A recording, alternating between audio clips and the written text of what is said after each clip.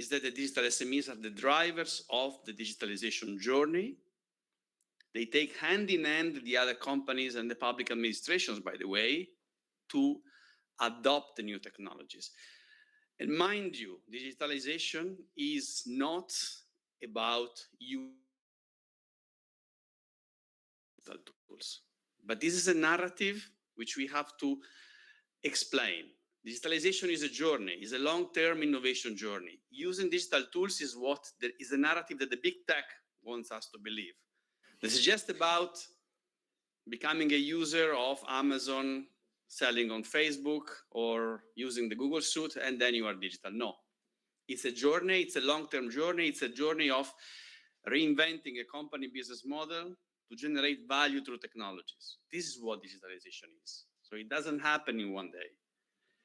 And this is what our companies show us.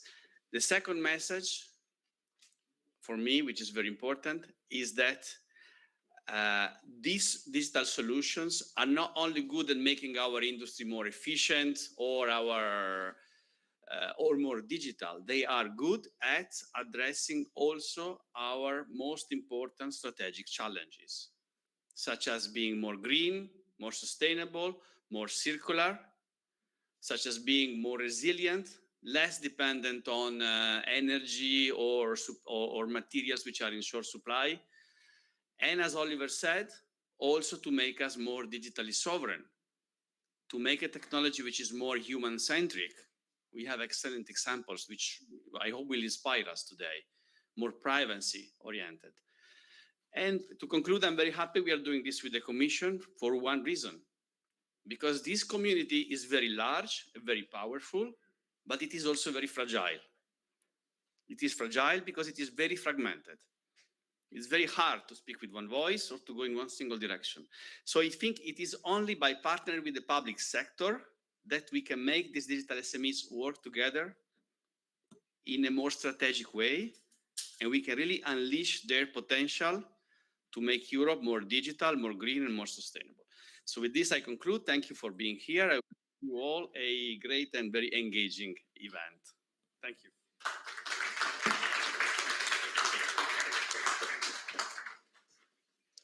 Thank you very much, Oliver and Sebastiano. And with that, we officially can start our event. And of course, the most important things first. So we will start today's ceremony with a keynote speech and, importantly, the announcement of Get Digital, Go Green and Be Resilient Awards. And to do that, I kindly invite Mr. Hubert Gomes, who is Deputy Director General at the European Commission Directorate for Internal Market, Industry, Entrepreneurship and SMEs. Thank you. Thank you. Good morning, ladies and gentlemen. I'm very happy to be here, and therefore, dear Oliver, dear Sebastiano, thank you very much for inviting me and giving me this chance. You know, it's always a great role to give out prizes also. Today, more than ever, I would say, we need European SMEs that are offering digital solutions to our industries and to our societies. And I like very much the leitmotif that you chose for this General Assembly of your organization today. Innovation made in Europe. This is exactly what we need if we want to manage the digital and the green transition. And if we want to have really what is necessary for that, for this twin transition, to have innovative SMEs playing a very important role in that. We have 25 million SMEs roughly in the European Union, and they employ almost 100 million people. And as Oliver said, this is more than the big companies actually do in the ICT sector. But it's also, of course, very important that European SMEs, they stand, as you said also, they stand for European values. And this is, we need European SMEs to defend also the European values. And I will not hide that, of course, the finance ministers of the EU member states are also very happy that they pay taxes in the European Union, clearly. Now, the last years have been really extraordinary for European businesses, and unfortunately not in a very positive sense. First, of course, we had the disruption that came of the disruption of supply chains and of markets that came with the COVID-19 crisis. We didn't stop one crisis. We had one crisis still going on and the next one started. We had soaring energy prices, soaring prices of raw materials. We have inflation, we have supply shortages that are due to the Russian invasion of Ukraine. The Commission is very much aware what this situation means for companies and in particular for SMEs in Europe. That was also one of the reasons why President Ursula von der Leyen announced in her State of the Union address last September that 2023 we will come forward with an SME relief package. Threefold purpose: to combat late payments. This is a problem that we are facing, that SME is facing since a long time, and it is still not going away. That many SMEs are paid late by the creditors, be they other businesses, be they public authorities. And actually, if you think that 1 out of 4 bankruptcies are caused by late payments, it is clear this is an issue that we have to address. The second point that the president underlined was that we have to make it easier for companies to do business in the single market. We need a functioning single market, and we need rules in the single market that really help, in particular, small and medium-sized enterprises to do business, to flourish, and if they choose so, to grow. And the third aspect is, of course, always important to make sure that small and medium-sized enterprises have access to sufficient finance and have also access to people with the right skills. This SME relief package comes in addition to ongoing efforts that we are undertaking at the European Commission. One is that we want to streamline and to coordinate further the different funding opportunities that exist for SMEs and for startups. And as example, I want to mention that Horizon Europe's Innovative Europe pillar supports startups with a budget of 13.5 billion euros over the period of 2020 to 2027. The second effort concerns red tape, the reduction of red tape. We need more efficient administrative processes undertaken by public authorities. And that is why we are also here, digitalization plays a role, an important role. And we are building, together with the member states, Your Europe as the European Union's single digital gateway. And this will make it really easier for businesses to access online information if they want to do business, for example, in another member state, and also to have access to procedures that have to be really fully online. And that doesn't mean that you can, communicate with the authority just by email. This has to go much further. And these procedures are relevant for the single market. There are procedures, some are for companies, some are for the citizens in Europe. We also want to continue to provide practical support. We have very established networks, for example, the Enterprise Europe network, and we want this network to continue to play its role, to really be there for companies when they have problems, to become more greener, when they have questions about digitalization. This network is there to serve them and to help them. What we hope to achieve with all these activities is, of course, to offer SMEs the help that they need to stay afloat in difficult times, and also to grow, also in good times and also in difficult times. And for all this, it's clear that we need digital SMEs in the European Union, because they are, as I said, they are providing the solutions needed for the twin transition. Now, digitalization concerns, of course, all sectors, and our ambition is therefore to promote the digitalization of all economic industries, all industries, all industrial ecosystems in the European Union. According to the World Economic Forum, 70% of the new value created in the whole economy over the next 10 years will be digitally enabled. In addition, digital solutions can help companies to become more sustainable and more resilient to crisis, because we can't, avoid that there will be more crises that will hit us. For instance, digital solutions can help companies to better manage their energy consumption, very relevant in the current situation of the prices, but also can help companies to better manage their supply chains. again, one of the lessons that we learned from the crisis when supply chains were interrupted. How can how can companies diversify their supply chains? How can find new access to raw materials that they need? We know also that the uptake by business across ecosystems of certain key technologies, such as, for instance, artificial intelligence or big data, is still very low. It stands only at 8% and 14% respectively, concerning AI, for example, or big data, while the target is actually 75% by 2030, and 2030 is not far away.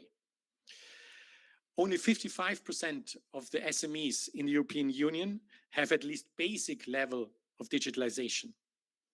And certainly almost half of the SMEs in Europe need more support in availing actually to be able to use the opportunities that can be created by being more digital.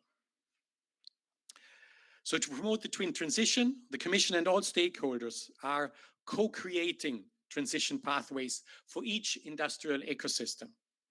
The aim of these pathways is to identify and to accelerate the actions that are needed to become more resilient and more sustainable. And it is very important, we see this as a co-creation process. This is not the Commission or the Commission and member states coming together and developing these pathways. Very important, this is co-creation with the companies. We need the input of all companies of all sizes again to really get these actions right and get the right mix of actions to ensure that we get an economy that is more sustainable, that is more digital and more resilient to crisis. Transition pathways will also allow us to identify innovative business models. And this will, again, I hope very much, give wind in the sails to SMEs when mainstreaming digital solutions made in Europe. And also for this, we need to support this process with concrete projects. To find made in Europe digital impactful solutions. This is the reason why we have started this process of Get Digital, Go Green, and Be Resilient. This initiative that we do together with Digital SME and with the European Innovation Council and SME Executive Agency. The goal is very simple: to accelerate the scale-up of innovative European businesses working at the intersection of digital, green, and resilient transformation. To promote best practices while mainstreaming the business models in the transitional industry across ecosystems. Our approach has to be concrete. It has to change things on the ground. That is why we collect existing leading digital solutions that support sustainability and, for example, supply chain resilience. Now, the initiative has collected 62 European and Ukrainian applications coming from 16 member states, but also Switzerland and the United Kingdom. And I would like to use this opportunity to thank all participants for the interest in participating, for submitting their projects. And I hope that you will enjoy also, that you have enjoyed the process, that you also learn some things, and that you will be motivated also, of course, to continue your efforts and to participate again. The jury has had to do a selections, and it has selected 4 digital solutions that are deemed to have the greatest impact among the projects that they looked at on accelerating the sustainability and supply chain resilience. I think this is a promising start of this project, but as I said, it is only a start. There are many more, possibly tens of thousands of digital SMEs in the EU that can help our industry to transform, to be more sustainable and more resilient. We are not lacking innovative SMEs. That's not the problem. But I think we need to put more awareness to them, make sure that they get more awareness. And that is why also our Get Digital initiative needs a follow-up. And therefore, starting early next year, the Commission will organize matchmaking events. We want to bring together businesses in specific ecosystems and digital SMEs to allow them to cooperate, to work together, to do business together. This will certainly allow boosting synergies between traditional stakeholders and digital companies. And we also hope that we will organize these matchmakings again with our partners, Digital SME and SMEs. And of course, we are also open to involve other partners as well. And now the time has come to announce the winners of our Get Digital initiative of this year. I have really the pleasure of honoring 2 SMEs and 2 startups. They operate in the digital, energy renewables, energy intensive, mobility and construction ecosystems. And I would like to invite the winners, once I've called them, to come up with me here to receive the award. The first one is Climate Change, Lara Obst, which is a startup providing climate-focused environmental, social, and governance, ESG rating methods and intelligent platform technology.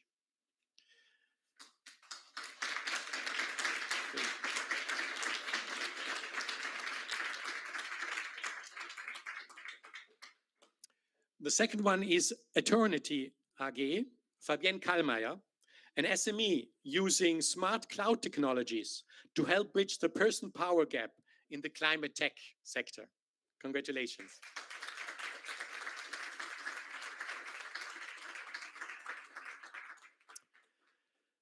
The third one is Dobslab Technologies, Mesam Minufeker, a startup providing software solutions for the industrial and building sector to enhance efficiency and increase safety. Congratulations.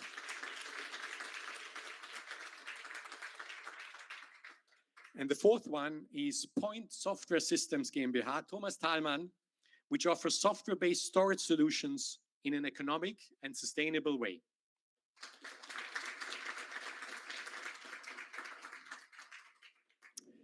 Now, beyond the trophy that I will have the pleasure of handing out in a moment, the prize does not stop there. It also includes tailored mentoring by experts from the Enterprise Europe Network, together with a 1-year membership of the Digital SME Club of Digital Innovators in Europe.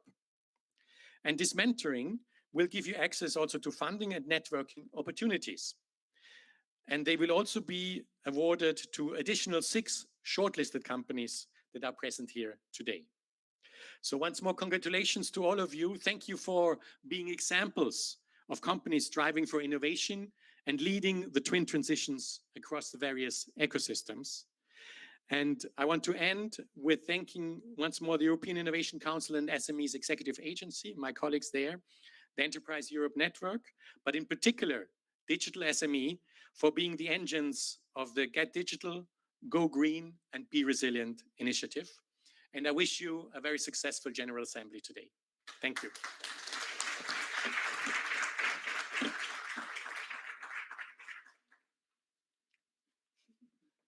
Now the prizes.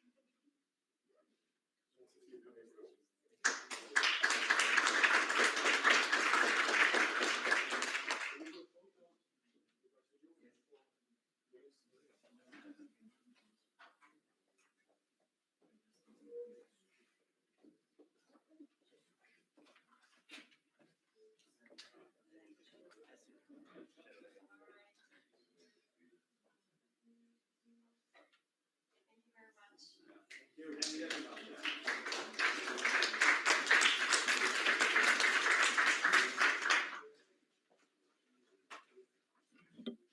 Thank you very much for the companies to be here, for the great presentation of campaign, and thank you very much for your speech, Mr. Gams. We will continue today with a short introduction of the jury and perhaps a few more words about the campaign before we jump to hear from the companies themselves directly. So I ask Sergio Balasone from EIT Digital, who is also a member of the jury, to give us a few words. Thank you. Thank you. Good morning. Good morning. So we have heard different words, sustainability, green, greener, resilience, supply chain. Okay? These are some of the main challenges that we have in Europe, of course. Still, around you, you see panels with the digitalization, because this is what we believe that digitalization can help solving some of these issues. And the problem is the following, is that if we are able to, you say, co-create or orchestrate initiatives, ecosystem, funding and matchmaking, as you said, we will be successful in solving these issues. We will be successful and we will prevent big venture capitals, for instance, from the US, from Emirates, to come and cherry picking our companies, because this is what's happening right now. So the initiative Get Digital was one of the first steps toward this direction. The project launched a call to create a catalog of excellent SME and startups operating in this sector that try to solve the issue.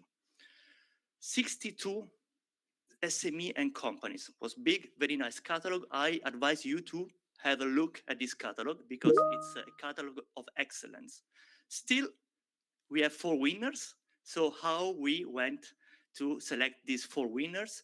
We have created a small committee of juries from private investors and venture capital institutions. We have some criteria related to the potential of scale up, and I hope that you will scale up quickly. And also market readiness, impact on resilience, impact on sustainability. And we shortlisted 10 companies that, by the way, if I'm not wrong, they are all here, right? And finally, we have selected these 4 winners. I have to say the 10 shortlisted are all excellent. And if I'm not wrong, they will all access to the tailored mentoring program of the European Enterprise Network. And they will all have 1-year membership of the digital SME. And I think it's worth mentioning, if you can stand up when I mention them. So we have Revelio. Good. It's more focused on the health characterization of the municipalities. We have Infinity right here that creates all-inclusive system for logistics and more. Number gains, numbers again. Control on agriculture sensors and much more. So the food chain, which is extremely important. Linksol, which it's very specific. It's about commercialization of advanced solar cells. It's much more, but I mean, this is the, thank you very much. And ERCO2, that's a very interesting solution about how to monetize the environmental services for the forest owner. And finally, we have Quidgest that I would say gives everybody the ability to develop software, especially in the logistics, without prior expertise. So I congratulate to you, to the 10 shortlist. I congratulate to the winners. This is the first step to create a strong digital Europe and to have a more resilient and sustainable Europe. Thank you very much.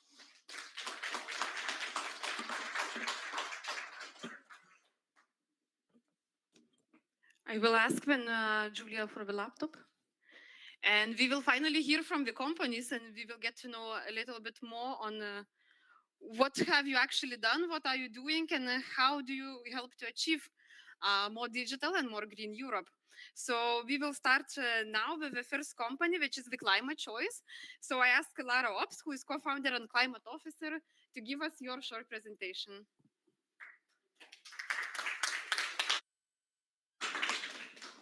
How do I find it on here? Will you bring it up? Do I have to click somewhere? You just need to click on the just here. No. It's just, you just need to click forward. Ah, perfect. So just Amazing. here. Yeah, hello. My name is Lara. I'm the co-founder of the Climate Choice, and I'm super happy to talk with you about climate transformation. This is because my two amazing co-founders, Yasha Tarani and Dr. Ray Faha, and I believe every company can become a climate champion. And therefore, we are building our digital platform to enable companies to decarbonize their own companies and their supply chains. And this is because we believe that the climate transformation is actually offering an amazing opportunity for us, and actually a once in a lifetime opportunity. Because we all had already our climate aha moment. When I ask people, mostly they say it has been happening in the last years when millions of young people went to the street to demonstrate for climate actions. But they often still struggle to implement climate solutions because I still believe that there would be one silver bullet to solve it all and one solution to climate change. Sorry. But I believe that the most dangerous thing to believe in is that there's one solution. There are hundreds and thousands, and we are all part of the solution to implement them. We just have to start right now. And the whole change has been starting. Our global aha moment was in 2015 when we agreed in Paris to limit climate change well below 2 degrees. And since then, we saw a lot of pledges coming from companies. And we might have this vague feeling, or if you look in science, a very strong one, that these pledges are not enough. We really have to go in action. And right now, we see that this biggest transformation ever happening in the economy is accelerated tremendously by regulation. So since 2015, we have seen that a lot of regulations come forward that are now pushing companies to really reduce emissions and show how they are tracking on that pathway. So to highlight just one of them or two, the EU has promised to reduce 55% of CO2 emissions in the next 8 years. And therefore, one of the biggest change makers for us is a TCFD, a disclosure mechanism for climate-related data of companies. But if we want to reduce emissions, we need to know where they come from. And we see that 70% of emissions are related to energy, but they split up in different industries. And 50% of global emissions are locked in supply chains. So we can see that only 8 supply chains globally bring in these 50% of emissions. And for every single company, that means that around 90% of their emissions or even more come from the supply chain. So typically these indirect emissions bought through products and services mainly bring up more than 11.5 times more emissions than your own emission.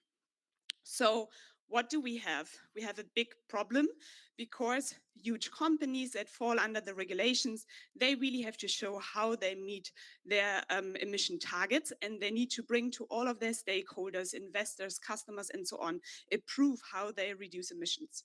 And on the other hand, they have their suppliers who are most often SMEs, smaller companies, who are in best case a little bit confused, which kind of questions come from their customers to reveal their climate strategy, their goals, their reduction targets, how they reduce emissions, and so on.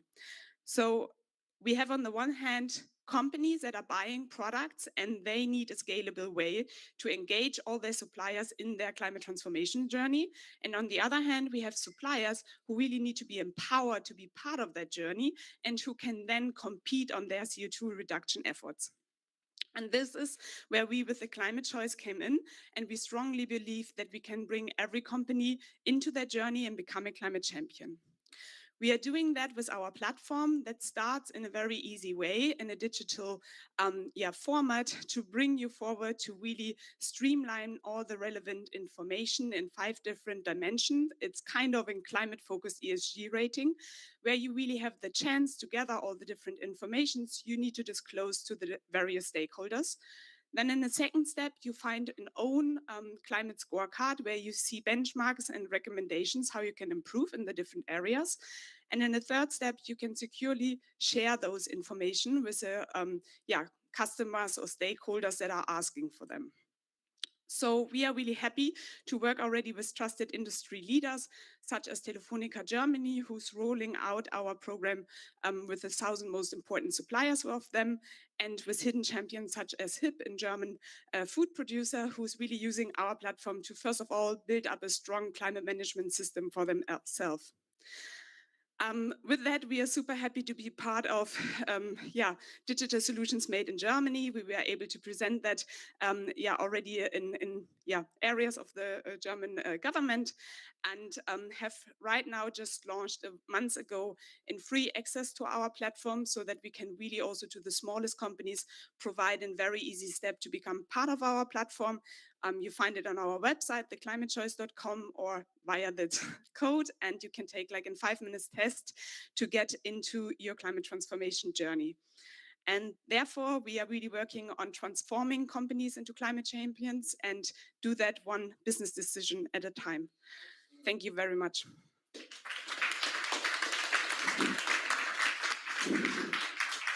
Thank you, Laura, very much. Thank you. We are looking forward to test the platform, actually. And next in the line, we have Eternity with Fabienne Kallmeier. She is head of sales for Germany and Austria.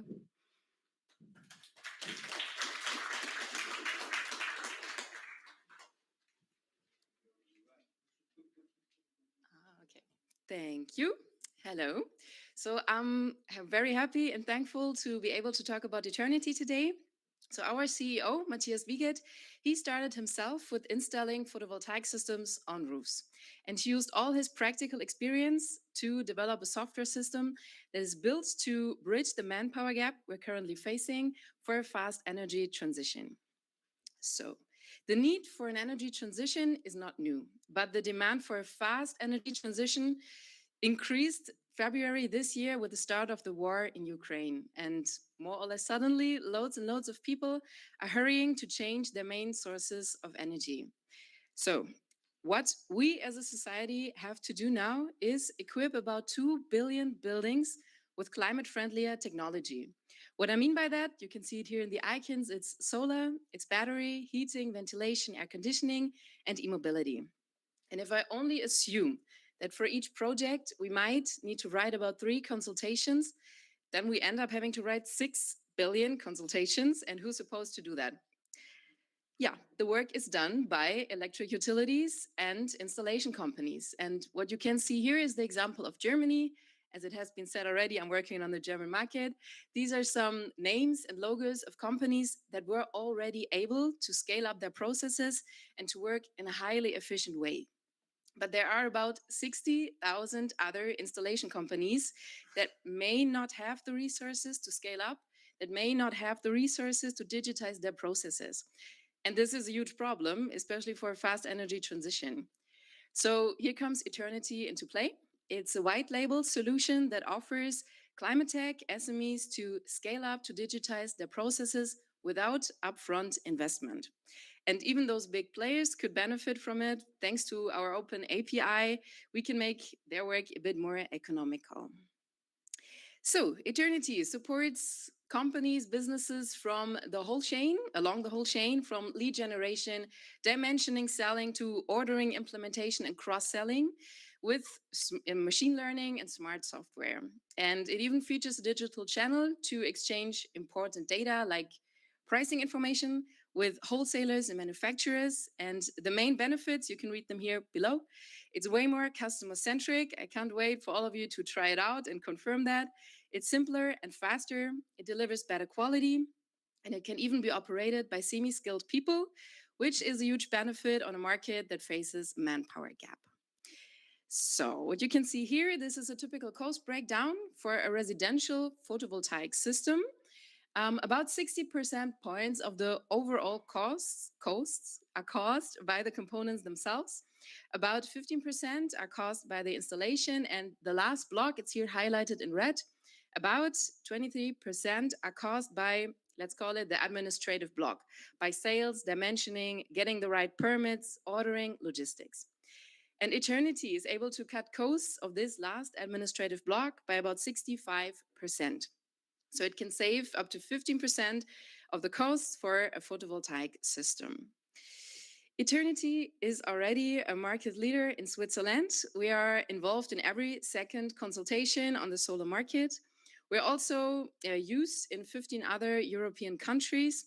And our ambitious yet realistic goal for 2027 is to support about 20,000 installation companies, electric utilities with software that enables them in a simple, fast, and easy way to scale up, to digitize their processes, and eventually save billions of euros. So I'm happy to answer your question and get in touch with everyone here after these presentations, but here are already some contact details in case someone wants to reach out. Thanks for your attention. That was about it.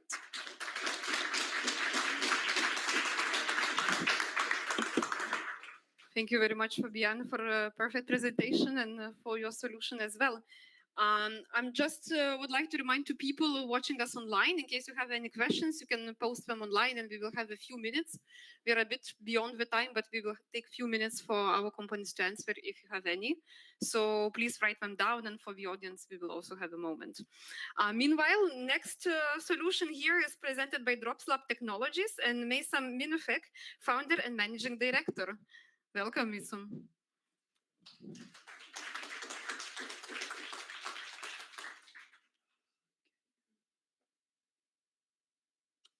Can you show me the, pardon me?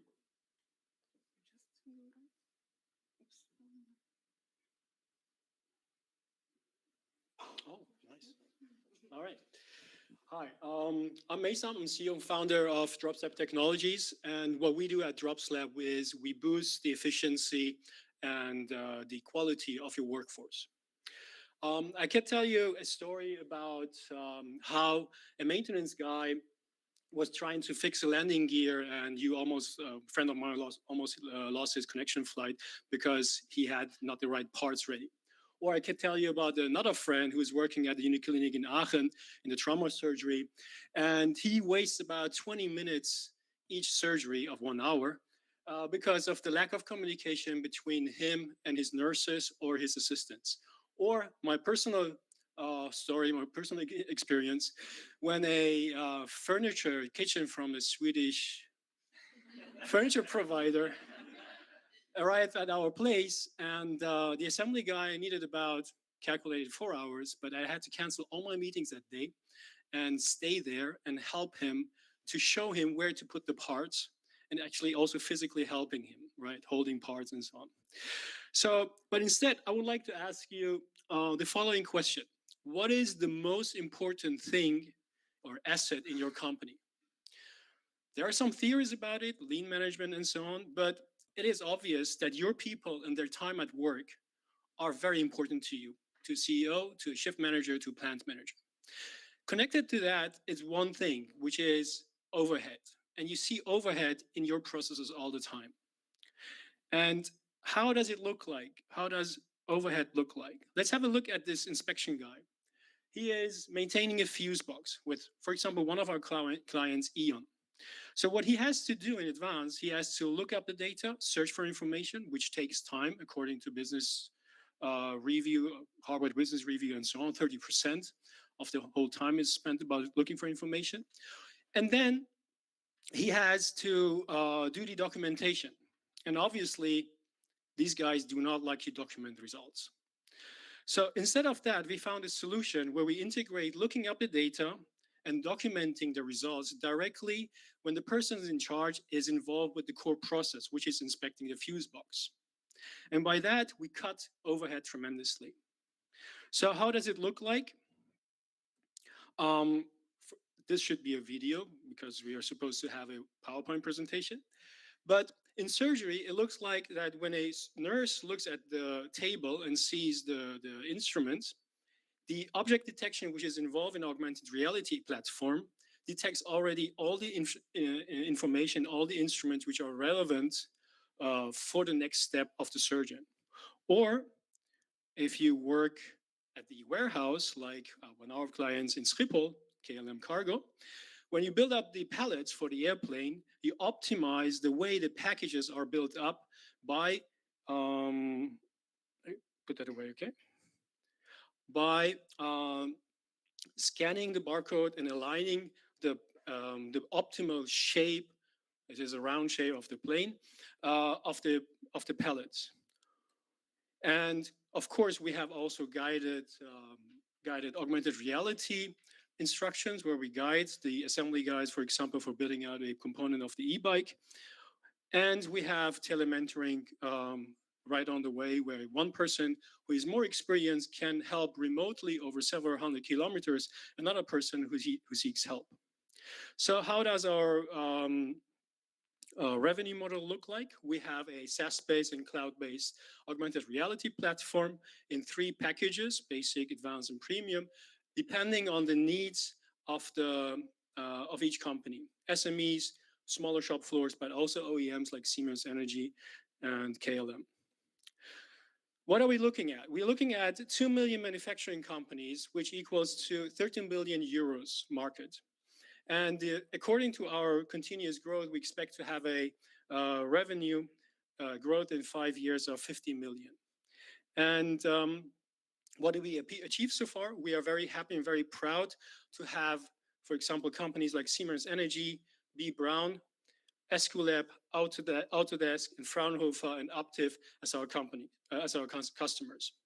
We have achieved a monthly revenue of 25K in 2022, and each company has a value, each client has a value of 16,000 euros. And we have a runway of 24 months at the moment. Who is behind it? It's a team of passionate augmented reality and AI people. So me having an experience of 15 years in operational excellence, working at Fraunhofer Institute in Aachen, having customers like Rolls-Royce, Siemens, and so on. And the rest of our team has a similar background and actually knows the domain very specifically, but also has a strong computer and artificial science, artificial intelligence background. So what do we accomplish so far? We launched a platform. We have about 50 plus users, active users, and we generated revenue of 300,000 euros in 22. And what are we looking at? We're looking to raise 1.6 million in the next 18 months. What we do want to achieve with this money, we want to have a situation where our company scales up by having 2 new customers and 10 new users weekly, by having a monthly recurring revenue, MRR, of 50,000 euros. And we want to slowly get ready, or faster get ready, to raise a Series A round. So context, I'm looking forward to your questions in the networking session. Thank you. Thank you. Thank you, Mason, very much. And good luck with getting ready for Series A.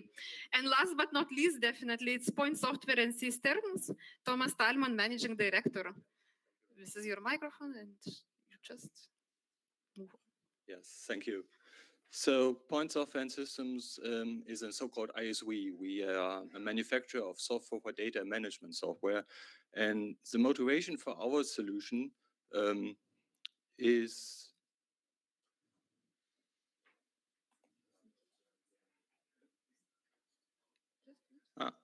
the motivation for our solution is the exponential data growth which is the biggest problem we have in IT. So data is created faster and faster in ever larger volumes. And the most part of created data is so-called unstructured data caused by digitalization, by Internet of Things, by big data, and all the other things you know. If you look at this created data, you can see that the most part of all created data is in a very short period inactive. It is cold, it is never used. So we have a major part of created data, which is rather huge, which is not used anymore and which is stored on storage systems which consume a lot of energy. And by today, we have 2 types of storage media to store inactive data. In most cases, in data centers, hard disks are used. All of you know hard disks.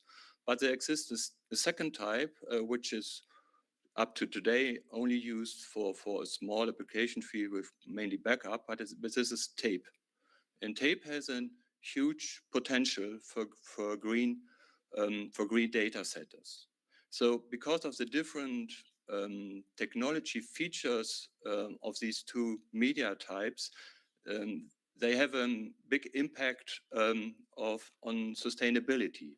So with hard disks, which are currently used, hard disks permanently need energy, whereas tape media only consume power when data is written or read. So the power consumption for hard disks is rather high, as it is currently in data centers, as for tape is rather low. As a consequence, the carbon dioxide emissions are rather high now and could be low for tape. In addition, when we look at the data growth problem we have, we see with tape a big potential to increase the capacity per media. With hard disk, we have almost reached the physical limit, so it's not no more possible to increase the capacity in big numbers. So on the other side, currently it is rather complicated to integrate tape technology, tape storage systems into data centers. With hard disk, it's very simple, very easy.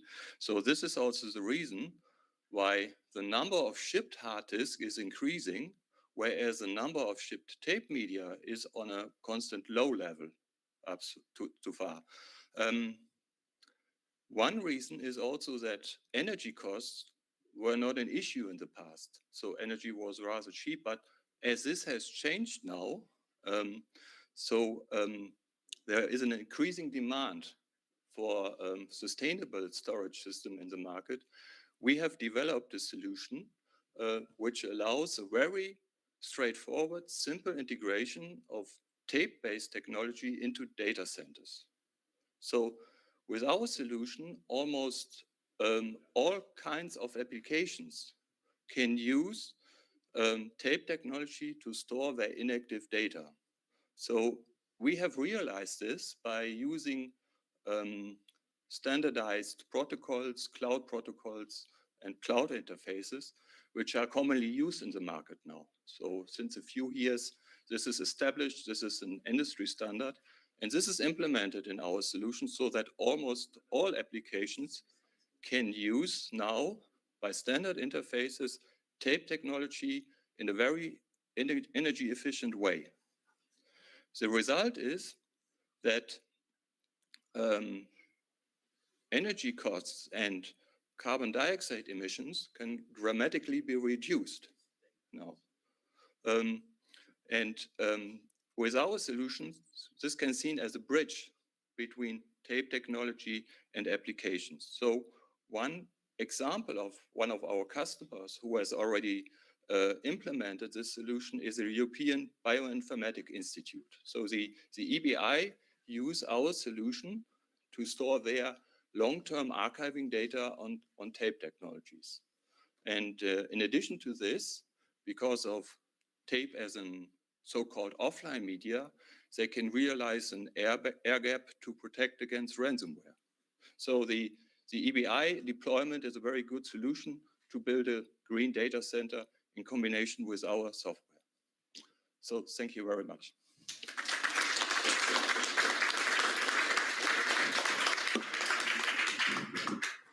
Thank you, Thomas. Thank you so much for your very nice presentation. I see software made in Germany as well. Thank you so much. I ask our companies to stay here just for another few minutes. Meanwhile, I would like to invite a representative from EN Network, Armita Singh, who is Senior Project Manager, and she will tell us a little bit more about EN and what kind of support you might expect for collaboration together in the next months. Thank you. Thank you very much, Justina.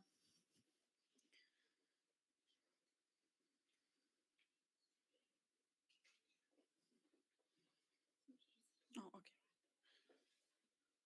So, good morning, everyone. I have this challenge of pitching the EN to you in 10 minutes. So let me hope that I am able to fulfill this challenge. So what is the EN? Is the world's largest network that is there for the support of SMEs to help them in several ways of their development, including innovation, internationalization, and even more. You will see that now. So what are our key achievements? So we started in 2008, and personally, I've been in the network for over 12 years now. We have touched over 4.2 million SMEs from since 2008, and 2.5 million SMEs have benefited from information services. As you can see the figures, over 360,000 SMEs have benefited from our matchmaking services. 500,000 SMEs we've helped 500,000 SMEs since the beginning of the network to go international. So what do we have? We have 470 business support organizations in 69 different countries. So we go well beyond Europe. And this is the kind of funding, 164.5 million euros for 3 years. In terms of the network, well, I will leave you with credentials and send you information if you have any questions, but we are present basically all over the world. So what is our network approach? We're basically very client-centric. We believe in understanding our clients' demands and providing tailor-made services, and we also give them our expertise in different fields. So this is my favorite one. This gives you an idea of what the approach as the network is. We don't believe in a one-stop shop approach. And it was also mentioned here that the EEN will be giving the winning companies here the support of a client journey.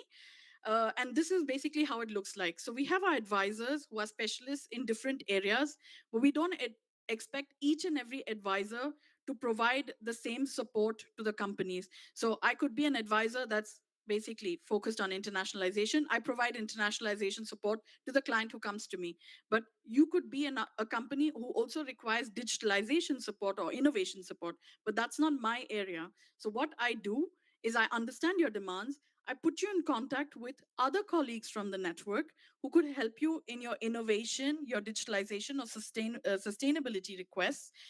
But in the end, I sort of follow you up. So this is the client journey we sort of help our clients with. I'm sorry, it's not very visible, neither for me nor for you, but happy to share information with you afterwards. But you basically enter the client journey and we act as hubs and put you in contact with spokes. So this is a little bit the whole context of the Enterprise Europe Network, and we work on the strength of collaboration.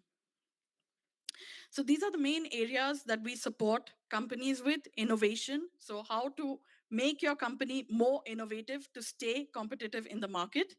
Sustainability is one of our biggest pillars in helping companies be sustainable, because digitalization, sustainability, they really go together. How to be resilient, especially in today's environment where the only thing that's constant is change. Every time we're hit with new challenges, and how do we stay resilient in this atmosphere? Business partnering, this is one of our main strengths. We organize most of the matchmaking events, the partnering events organized in Europe. I can assure you there's an Enterprise Europe Network partner behind these events.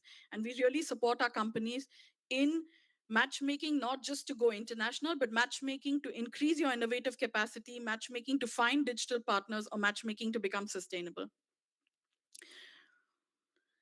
So I spoke about the innovation. So we have a lot of innovation-focused partners who really help companies analyze what your business model is and how can you scale your business model to become more innovative.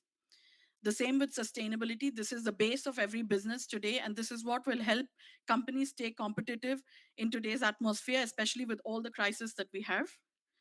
How to be resilient with all the situations that we're going through, from the pandemic right now to the war. The business partnering, basically, in addition to the matchmaking events we organize, we also have a huge database of profiles that are looking for either suppliers or companies that are providing services, and it's completely free to be a part of this database and find international partners. Sorry, yeah, here, coming to the important part. So we also help SMEs navigate through the EU legislation with rules and all the formalities for the single market. So I mentioned the internationalization that also goes a little bit with partnering services, but very important to mention here is that in the whole client journey, when we look at talking to our clients, we also map their needs on a personal basis and also support them in markets, not just through events, but also by using the strengths of the network. So to give you a concrete example, I have a client who comes and tells me, I want to go to Spain, Portugal, and I want to go to Czech Republic. And then what I do is I can concretely contact my partners in these countries and present the demands of my clients and get concrete responses for our clients. We also have a lot of EU funding instruments. Some of them were already mentioned, the EIC. So we have a huge panel of network partners who are experts in training our companies into accessing this kind of EU funding. We also have several groups that help different type of companies according to their needs. And we also have, you will see this also in the following slides, we have different groups which are sector and thematic that help companies. And here, basically this slide covers it. We have two different type of groups. One is sector focused, and the sector focused groups help in developing activities and developing the capacity of clients. And we have thematic groups. And in our thematic groups, we help develop the capacity of network partners. So what we do is we support other members of our network to sort of develop services that could be of benefit to other network members. And all of this in order to help our clients develop better. So what exactly is the composition of the network? So we basically, you saw in my first slide, like 460 different members from 69 different countries. And who are these network members? They're basically chambers of commerce, innovation agencies, development agencies, ministries. The exhaustive list of who these people are on the website of the Enterprise Europe Network, which we would be very happy to guide you with. Basically, these network partners, we work in collaboration. There are huge communication tools that are available for the benefit of companies where you can consult all that we do and also follow our activities. So we are a very open network. I already mentioned this. We work on collaboration, on coordination, and on synergies. And we work on developing the strengths of each other in the benefit of developing the capacity of our SMEs. So that's it from my side. Congratulations to the winners. And we will be taking contact with you individually to put you in contact with our network partners in your respective countries to put you through the client journey.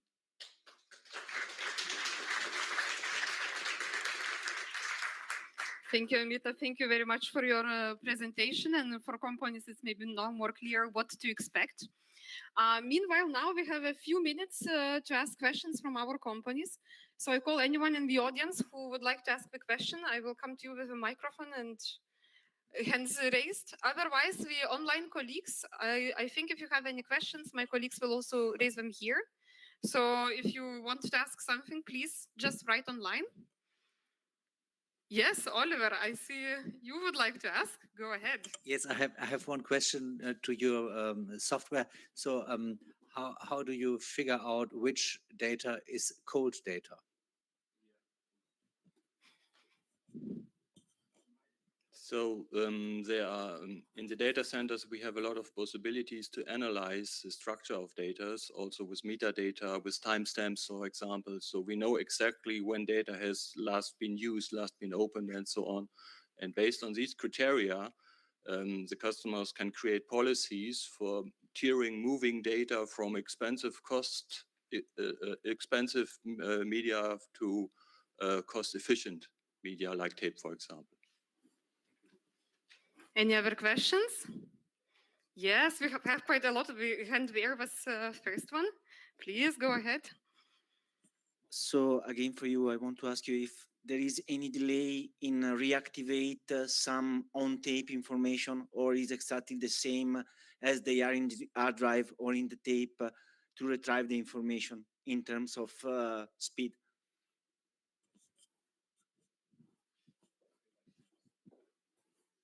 Yes, this is of course a good question. A tape is a sequential media, and therefore the latency is higher. Of course, it takes time to retrieve data from tape to applications or to faster storage. So this is also the reason why this technology is most suited for inactive data or cold data, which is not used or very rare used. But of course, there is some delay retrieving data.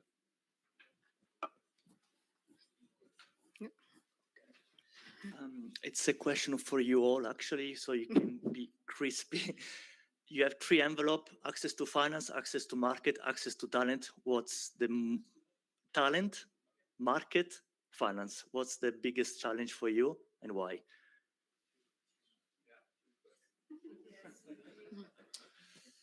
Okay, I'm gonna start with that one.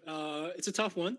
I think not because I cannot answer the question, because talent and market are it gives me right now sleepless nights, because when you have the market, when you have access to the clients, it's like air for the company to breathe. And if there is no customer, there is no air, you die, you suffocate.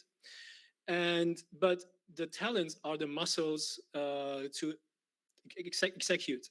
So we had times where we had good talents and less market. Right now we have the opposite situation, that we have a lot of customers, but we are handling how to deliver the promised results. So it gets even worse after the COVID, much worse. Yeah, I've been thinking about my answer now.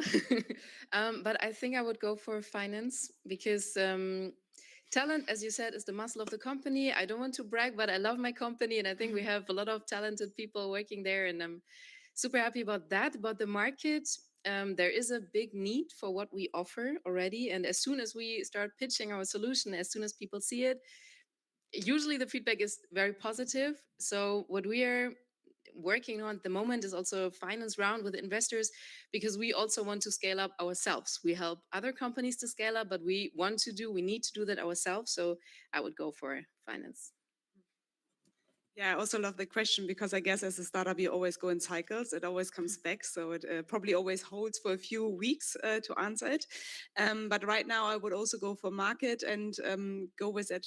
Yeah, kind of thinking, I think it really comes all with your customers. And we are also in a state where we co-develop still with our customers. So especially with the bigger corporates or bigger hidden champions, we still are in that phase where we can adapt our solution also to their needs and very much learn.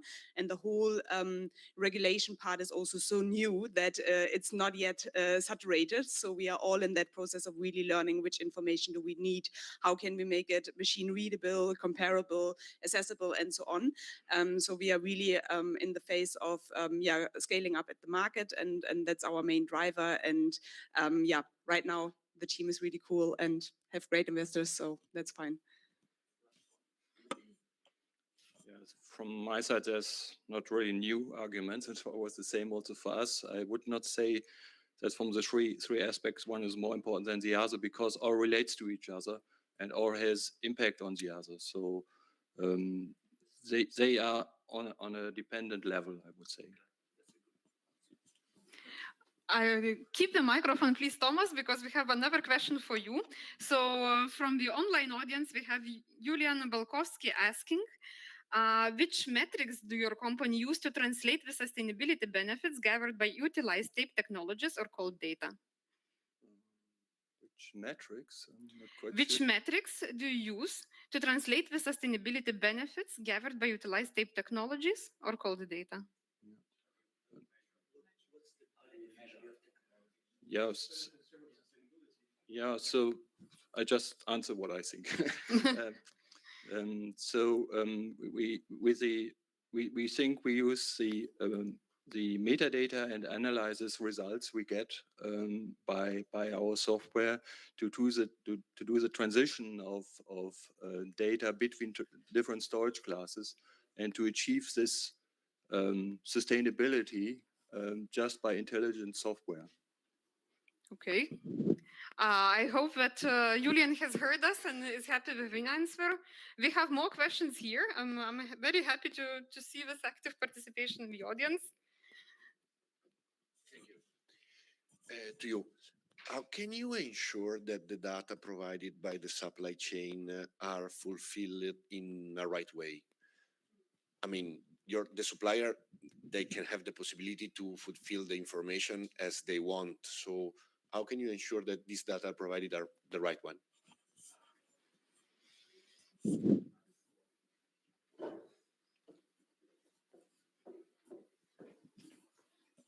Thank you. Yeah, that's a really important one.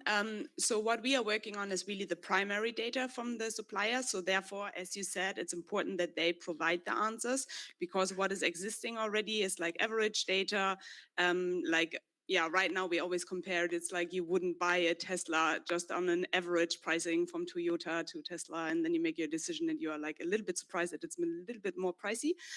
So the same goes for CO2. You don't want to be surprised just by having the same category of your suppliers and you just assume it should be this kind of CO2 emissions, but then maybe one of them is like sticking out a lot because they haven't changed any processes, not using renewable energy and so on. So we really need the information from each of the suppliers to bring transparency into the supply chain, but that comes with the risk of self-tested information. So what we first have is in check, like a plausibility check with like third-party data from availability sources. That goes with the first step, what we are doing. So we see us as an software provider for the infrastructure and to do really first the machine readable check. What we then have is an API. So a lot of bigger corporates that are doing supply chain audits already work together with their auditors. And we have an API where you can provide like third-party data checks. So yeah, TÜV Rheinland, for example, is someone we are working with, and then they can check the data as well and go into like specific sources if you really need to go that deep to certify it. But right now what we are seeing is really that already the primary data, even if it wouldn't be checked, just to say that, is providing such a valuable baseline, because we actually see the suppliers are very, very honest. Most of them, like 15% so far, are like what we would say climate ready, and all of the others are very eager actually to then learn in the platform how they can improve. So because they know if they answer maybe a little bit lower ranking, that they get best practices, benchmarks from other companies and ideas how they can improve, the incentive is a little bit lower to just lie everywhere they would have it, because they know they have to provide proof as well. So I hope that helps you. Any more questions? Yes, we have one more from Norman there. All digital. Will you pass the mic?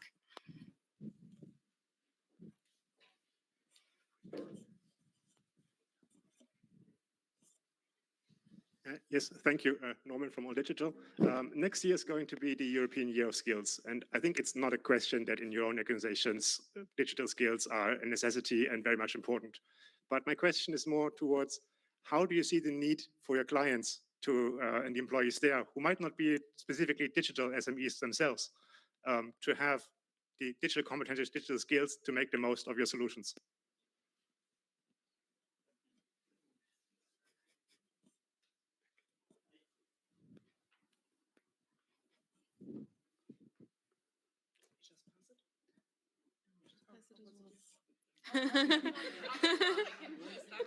Okay, good.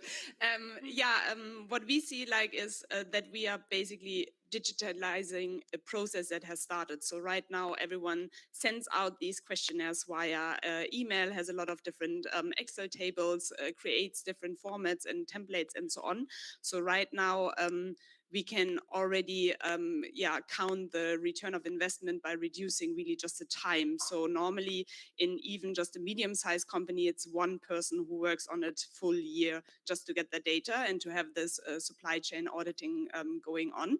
So that's normally what we compete with and have a very attractive pricing for that. So it's easier to show companies why they should be in that journey. And then on the other hand, as it's very simple to use, and we also learn it's not about building fancy dashboards. It's most often have an Excel file download or an CSV download or an API to another system to make it integratable. So we try to not be the most fancy platform, but a really good usable one where you don't have to have an extra digital training for, but like it's self-explained. Yeah, I fully agree with that. And for our model and for our customers also, we definitely see the need for people to get digital. And our typical customers are like solar installers, electrical installers, maybe even heating installers. And I think they notice themselves that they really need to digitize and change processes.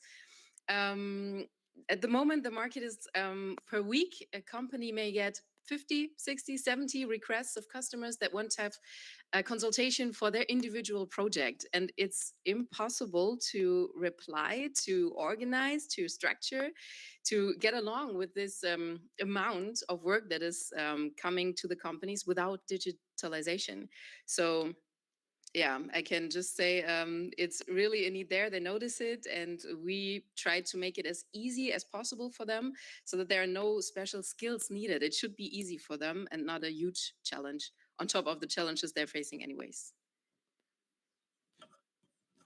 I think digitization for our customers is an enabler. So the journey starts earlier. The journey starts earlier because we have a lot of machine building companies, industrial companies, and we go to these companies. Most of the companies did not write down or did not have a process defined and what they're doing. So they're just doing. And then you wonder, what can you save? How much time can you save? If you do not define the process, if you didn't write down how much time you needed for doing this thing, you don't have any key performance indicator, you don't have any measurement, you cannot measure time, you cannot measure sustainability, you cannot measure errors. So our journey, I think most of the manufacturing companies, which is our client, but it can be applicable to other sectors, medical and energy sector, have to be aware that they need to document, they need to be aware of what they're doing in their shop floors, you know? And on top of that, you have the fact that digitization can help a lot to for a digital process environment, but you can also digitize messy processes. You don't gain anything, you know? And so we need to have a mindset where our clients need to have a mindset. Actually, these are our most lovely customers. They have already defined their processes, and now they want to accelerate these processes with digital tools. And that's what we're looking for, actually. Yes, in our business, it's rather simple. So there is just a very strong economic demand to save energy costs, and with the increasing energy costs we have within the last year, they are just looking for solutions how the huge amount of data can be efficiently be stored, and so the demand comes from the customers. It's in most cases this is data centers and providers who are looking for solutions how they can save energy costs and how the big amount of data can efficiently be stored. So this is the business we have. This is the market demand we have.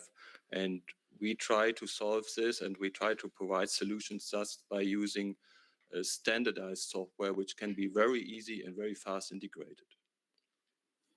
Thank you very much. So thank you for our companies for answering all the questions and for your patience being here in front and taking the honor. Once again, a loud clap.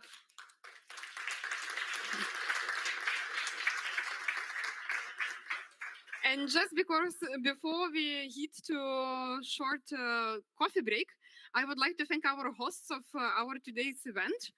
And it's Gabriele Pedrini, a policy officer of the liaison office, EU liaison office of the Autonomous Region of Trento. Yeah. Hello, good morning, everyone. Thank you for the introduction. As I said, I'm a policy officer for the Autonomous Province of Trento here in Brussels in the EU Liaison Office. And I'm very delighted to host your General Assembly here this year. Just a word about the premises. This is the common representation of the European region, Tyrol, South Tyrol, Trentino, the first cross-border regional office established in Brussels more than 25 years ago. As I said, it's a pleasure for me and for us to have you here. And just would like to remember that our province is a territory that is really close to these topics, to the topics that we are discussing today. We have a good track record on digital innovation. We host the EIT Digital Italian Node. We have we are establishing a digital innovation hub on artificial intelligence for the use of artificial intelligence for the public services, especially, but also for the SMEs. And we have also a foundation, the Fondazione Bruno Kessler Foundation, which is working a lot on these topics, on these themes. And that's it. So thank you for being here, and I wish you a fruitful second part of your event. Thank you for hosting us. When we have a coffee break and we reconvene in 10 minutes, we will have more time during the lunch. Thank you.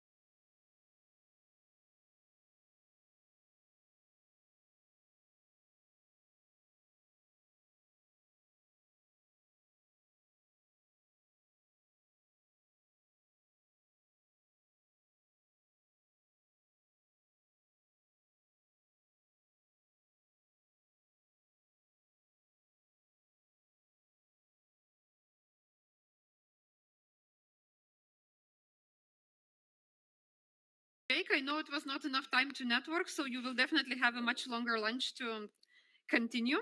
So we are happy now to launch our second part, Innovating with a Purpose, and we want to get insights from some very, very inspirational success stories that we have here in Europe. And I know that one company, unfortunately, is not with us here today. Too good to go. I know that Christoph is there being sick, unfortunately, but he's watching us, so we are sending our best wishes and we wish you a good recovery. Meanwhile, to begin with our companies, I would like to invite Jos Portfleet, Marketing Director at Nextcloud, which provides sovereign cloud solutions made in Europe. Floor is yours. All right. I thought we'd be sitting in a panel already, but I'll shortly talk about what we are up to. So we as a company, we are, we start our company to try and give governments, companies, individuals back control over their data. This is, of course, a challenge in Europe, and you now see, the problems with independence or dependence from big companies, big tech, or foreign countries is more and more becoming a problem. And so we developed a collaboration platform, that's Nextcloud or Nextcloud Hub, to essentially build on the business model where we don't use the cloud to lock you in and use that to essentially monetize you and your data as a company or government, again, or as individual. But we've built a platform more or less independent. It's just software. So governments and individuals that get the software from us and install it on their own servers, on their own hardware, which makes it, under your control. It's a very simple principle that way.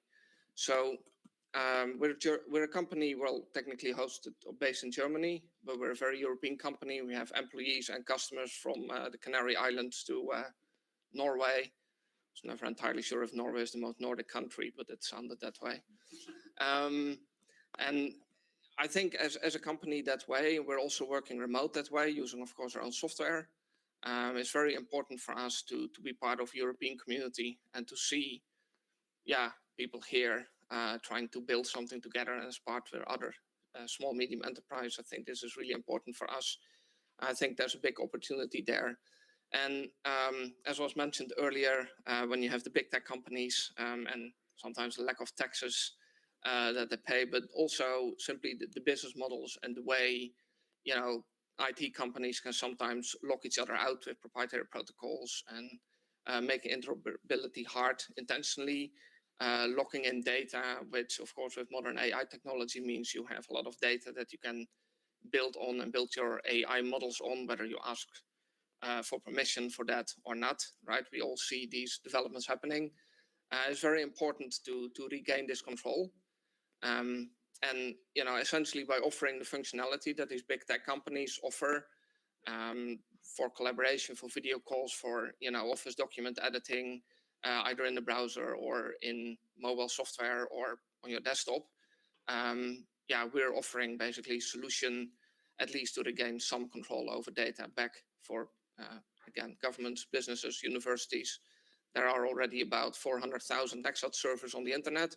So those are each, either the company and maybe someone with 5 users, just a small ad agency that is using it to work with their customers to exchange data, graphics they're working on, but also bigger deployments with millions of users on the same server, where you have a service provider or a university or government that is providing this for government, federal government, and a bunch of others in Europe, but also cities, schools, simply middle schools all over Europe, dozens, hundreds of them are using Nextcloud, so that the student data doesn't go to Google or Microsoft or another big platform.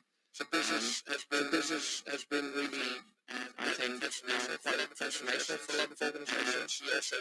We also use open source here. We have a company that we're talking about it as well. We believe that if you want to have this control over your data, open source is the only thing that provides a transparency that you as a government or an individual even can trust that it does what it's supposed to be doing and not, something else. And so again, this control, I think, is very important. And that's Nextcloud. Go talk to me later or ask questions if you have any. Thank you.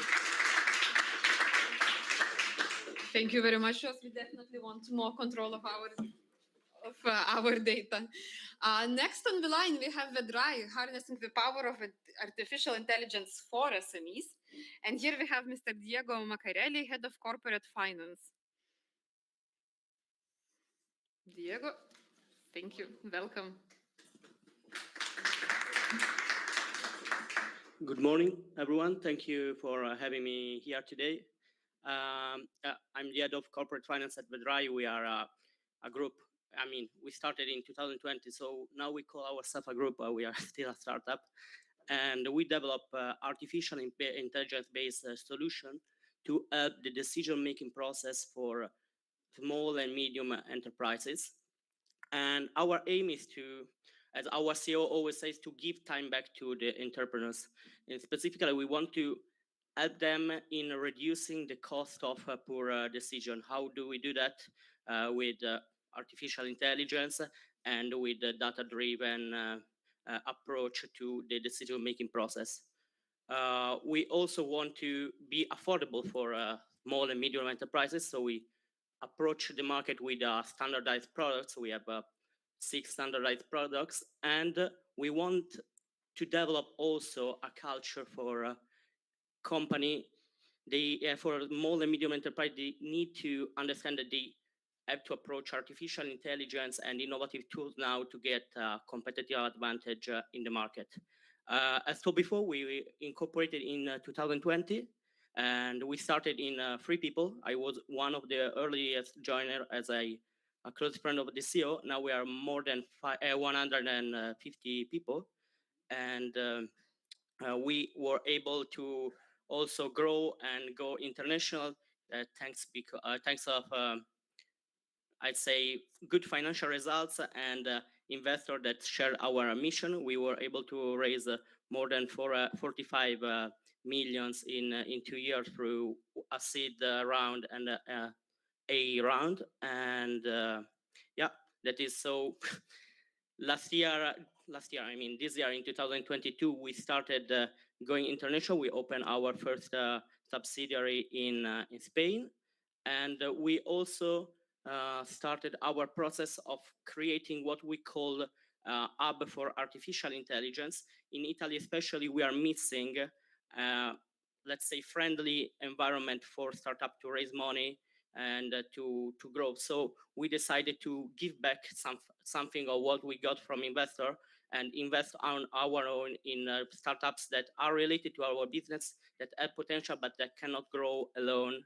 So we decided to invest so far in 3 companies. We are going to do more in the next future, and that is moreover. And I conclude with this: as we are growing super fast, we don't want to lose our innovating attitude and approach. So from this year, we decided to do, let's say, a Google fashion way of having everyone investing 10% of their own time in side projects. They can work on whatever they want. Up to the moment, it is something innovating that can always be addressed to our main target, which are SMEs. We want to help SMEs around Europe, and that is Vedrai. Thank you. Thank you very much. Thank you very much, Diego. Thank you for innovation in Europe. Next one, we have Miss Amadine Dur. She is with us online today, and she is Chief Product Officer at the Back Market, the leading marketplace for the renewed devices. Hello, Amadine. We see you. Hello. Can you hear me well? Can you hear me well? Yes, we do. Perfect. Please go ahead. Perfect. Thank you. So hello, everyone. Thank you. So hello, everyone. I am Amandine. I'm the Chief Product Officer. I'm the Chief Product Officer at Market. I'm gonna mute because I'm hearing myself in echo. Let me see if I can do that. It's okay. I will manage it this way. So thank you for the invitation today. I'm here to present at Market. What we do, we innovate the circular economy. Black Market is the leading marketplace for refurbished electronic devices, from smartphones to tablets, laptops, game consoles, video devices, you name it. We offer a platform for pre-loved, fully reviewed. Black Market was created 8 years ago in France, and we are now present in 17 countries across the world. We're very happy that we have convinced nearly 8 million customers a new circular and sustainable way of buying tech devices. So I'm sure you get it. This is our mission. We want to change consumer behavior. We want to foster a global change for a more sustainable way of consuming technology. So how do we do that?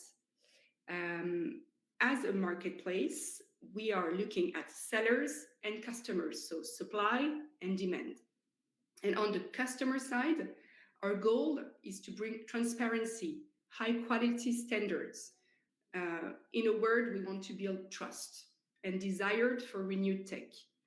And this is our mantra, actually. There is no factual reason to buy new. The benefits you get as a customer buying on Black Market are: one, a big discount compared to buying new, and it's actually up to 70% discount. And two, a much lower impact on the planet. So buying a refurbished device means 90% less CO2 emission than a new one. And this is figures coming from the ADEME, which is organization at state level in France, who worked for 2 years in order to get solid data around the impact. On the supply side, we partner on our platform with a large network of refurbishers all around the world. And to be able to sell on Black Market, you actually need to respect high standards, which in turn ensures the high quality refurbished products we want to offer. And we really think that our relationship with refurbishers is a partnership. So that's why we have built several services to help refurbishers achieve their mission. So for instance, we organize workshops, we share best practices on how to refurbish. We also offer services like customer care or last mile shipping, so that the refurbishers can really concentrate on what they do best, which is refurbishing and repairing devices. So in just 8 years of existence, we've innovated a lot, and many of the programs, the services we established are actually absolutely new and represent a big step forward for the refurbished industry. And being a marketplace is really core to that innovation, because it actually allows us to reach a scalable size in a very fast way. So we really embrace that marketplace model from day one. And be prepared, because we won't stop there, and we really want to foster even more innovation into the tech reborn industry. Thank you for your attention.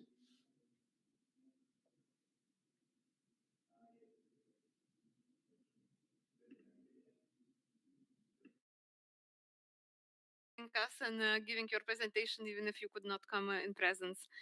And finally, we have Linagora, ethical and open source software to maximize positive impact, with its president, Alexander Zapolsky. Thank you. 25 years ago, with my co-founder, Michel-Marie Maudet,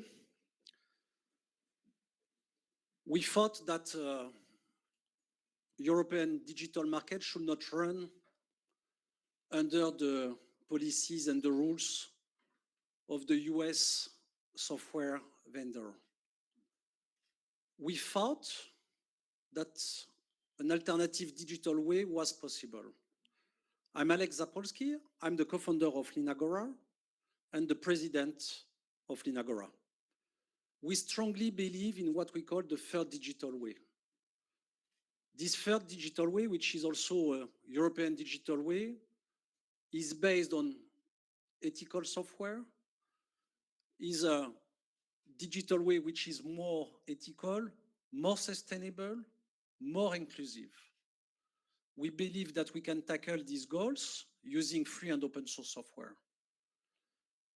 Europe has all the portfolio of software able to manage by themselves our digitalization. It's not true that we don't have enough technologies in Europe, and it's an obligation to use the big tech in Europe.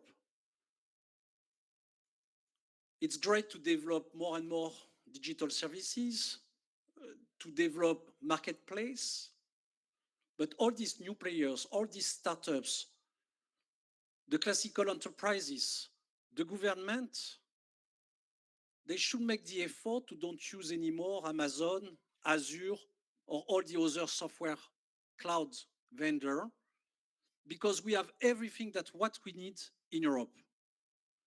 And I would like to share with you one example of that.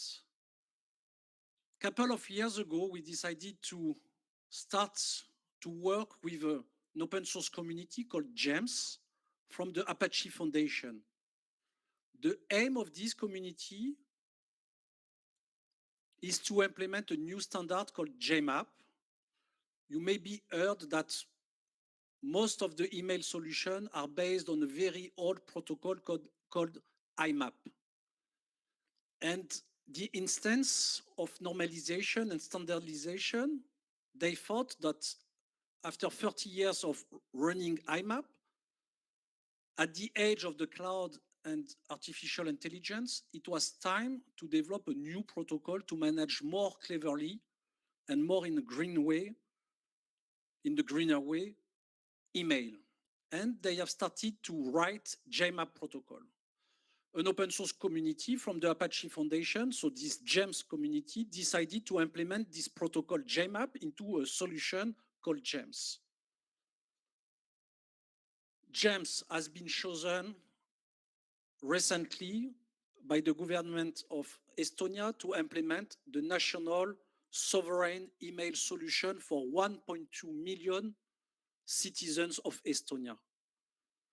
GEMS is absolutely a disruptive solution, brings a lot of features, new features compared to all the old email server. Innovation is part of GEMS.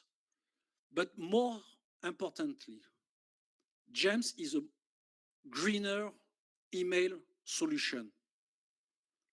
With GEMS, you can save up to 50% of the global energy that you use just to run email. 50%. Just imagine at the scale of all Europe, if we could migrate all the email solution that we use, because all organizations use email, to GEMS, we could save 50% of all the energy that we use just to do email. So you see there that innovation is on the side of SME, open source players, open source communities. There is absolutely no fatality. We can absolutely do the competition against the big tech and the big US players. So I pledged for that since 25 years, and I'm super pleased to share this dream with the Digital SME organization, and I'm sure with a lot of you. Thank you so much.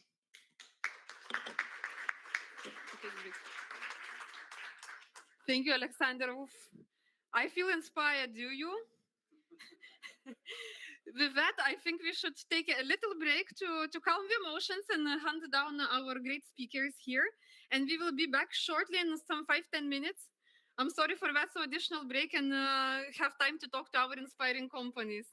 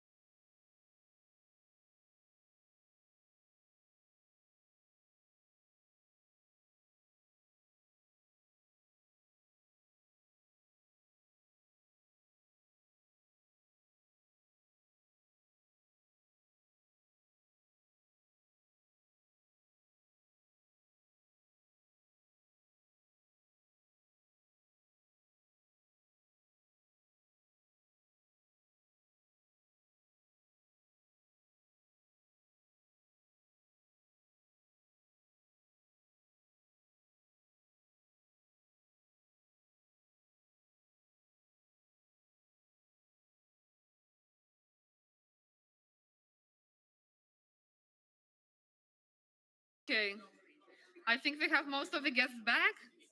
Please, everyone, take your seats. And we are almost ready to start, I suppose. Perfect. We are missing a couple of people.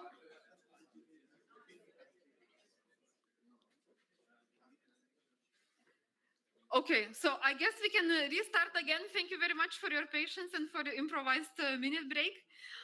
We are back to the Future of Innovation Made in Europe session.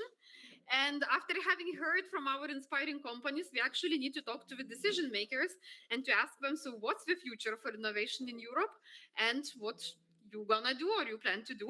So I pass the floor to Gian Volpicelli from Politico Europe to moderate the panel. Thank you very much, Justin. Okay, well, thank you. It's a pleasure to be here. I'm Gian Volpicelli. I am a technology reporter at Politico Europe. And today I'm going to moderate this panel, which in this panel, I'd like to answer three questions. First of all, what the role of SMEs is when it comes to the digital and green transition, how SMEs are already helping with that, and what more can be done to make them harness their potential, essentially. So that's essentially the three questions I'd like to have an answer to by the end of these, I think 40 minutes or something like that, or a bit.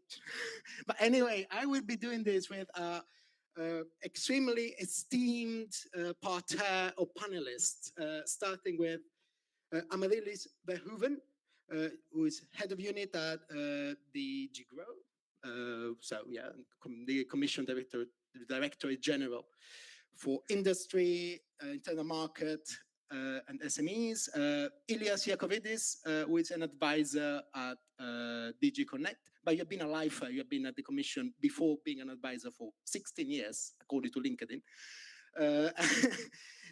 More than, well, I mean, well, okay, you can brag if you want.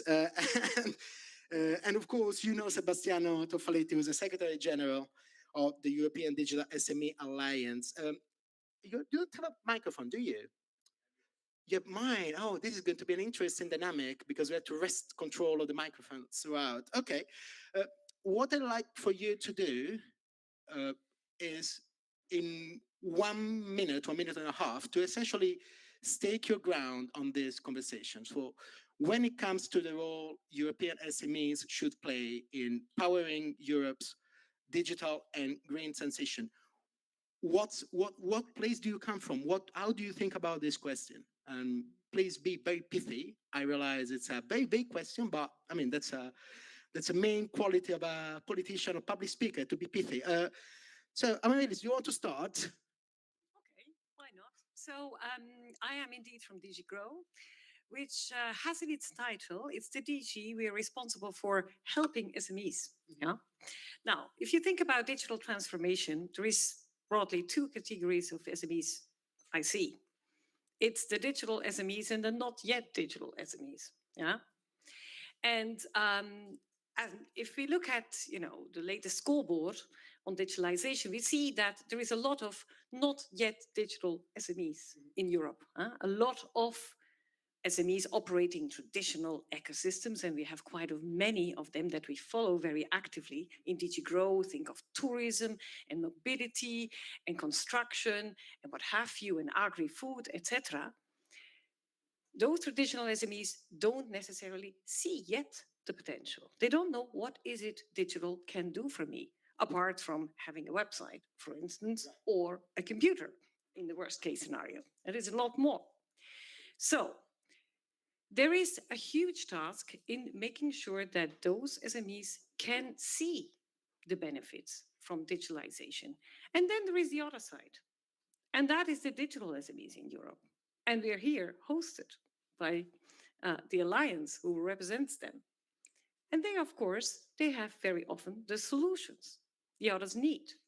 Now, for me, the bright future is to make sure that across the board, those two categories of SMEs speak. And we know that SMEs are the backbone of the industry. So together, these companies should be able to work out how to go for the green and the digital transformation. And if we do it like that, we can have a green and a digital transformation, which serves the interests of our European companies and which indeed is a transformation made in Europe. Good. Yeah, there's 1 minute and 45. But let's... Very good. So good afternoon. I'm from DigiConnect, so I should be talking about digital. Let me talk about green. So green digital transformation. You're bombarded by these keywords all the time. What does it mean? So those two transitions intersect. There's a nexus between them. What you mostly hear about, what you will experience, is to minimize the footprint of your digital infrastructure. So if you are a big company and you already have computers, you have maybe a little mini data center in your basement, people will tell you, be careful with the digital because it has a footprint. So the conflict is what dominates in the media. People say, these data centers are bad, and look at our devices. We throw them and change them every 2 years. E-waste is the worst category, in terms of waste. That is the fact, that is measurable, but I would like to make sure that this is not what stays out of this meeting. The meeting of Green Digital is about enabling power of digital. Digital is the way to make your company and the other companies and SMEs more sustainable. And more sustainable means not only to minimize your footprint, to change your business model and to get online and to grow as a company using digital means. That is the aspect I would like to drill in the rest of the discussion. Oh, wow. That was very quick. Sebastiano, your turn. Thank you, John. Remind me questions so I know what It's essentially your opening gambit. So when we talk about these subjects, what's your place or what's your vantage point? And how do you think about this? Of course, I knew the question and I know the answer. And okay. It was a joke. Sorry. Yeah. Well, the answer is what we are trying to showcase today. The answer is, what do we mean by a sustainable digitalization for Europe? And our answer is that digitalization is not just the adoption of tools. Digitalization is a journey. And it is a journey that an SME has to do through the adoption of new technologies, to the reinvention of technologies, through the reinvention of their own business model in order to generate values through technologies. And they can only do this journey if they are part of an ecosystem. And what does ecosystem mean? Because everyone talks about ecosystems, but no one says what an ecosystem is. And for me, an ecosystem is a place where me as an SME or as a company, I am surrounded by technology partners, SMEs themselves, most likely, which can help me adopt the technologies, which can support me, in taking my products online, in using AI, in using, blockchain, cloud solutions, etc., as we have seen many this morning, So the successful digitalization will not happen if we do not have a strong indigenous European digital industry. And I see the clock is yeah, but actually, I'll probably stay with you because I'd like to understand a bit what do you think has been done that is working in that direction, and what more would you would like to see from European institutions? Well, it's a very good question, and I would like to see a strong industrial strategy. I would like the institutions to really understand what they want to do with digitalization, to have a goal to make Europe more digital and more sustainable, which goes beyond the words. How you do that in practice. And I think if we talk about an industrial strategy, doing that in practice means understanding who are the players in the market who can make that happen. Because if you are an SME, you're not going to go to university to get digitized. You're not going to go to an academia or, excuse me to say that, to a competence center or a hub. We hear a lot about talking about digital innovation hubs. Fantastic idea. But the role of these bodies is not to digitize an SME. The role of these bodies, at best, is to connect that SME with the market forces, with the market players who can provide the digital solutions. So we don't want government to replace the market. We want the government to support the market. And that's why I'm talking about an industrial strategy. So really empowering our companies to do their job even better. So to bring digitalization to other SMEs. The way you are speaking evinces that you do not think this is happening already enough. Do you think there's a lack of industrial policy at the EU level? I see a lot of industrial... When it comes to this specific topic. I mean, it's a good question because I see a lot of industrial policies around startups. Right. And you hate startups.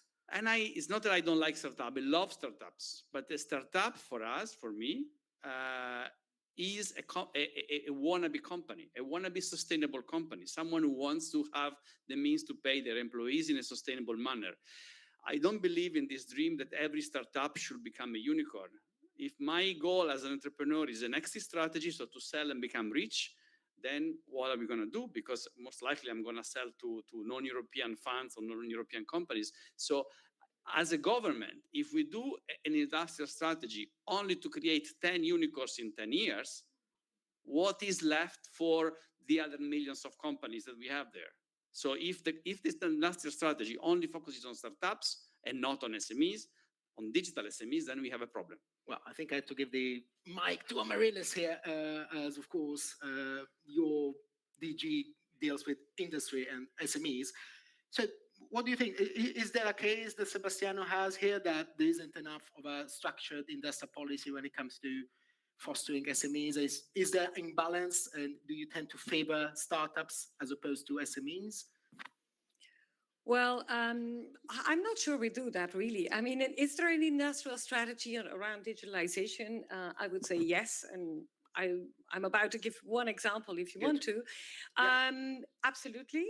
SMEs as well.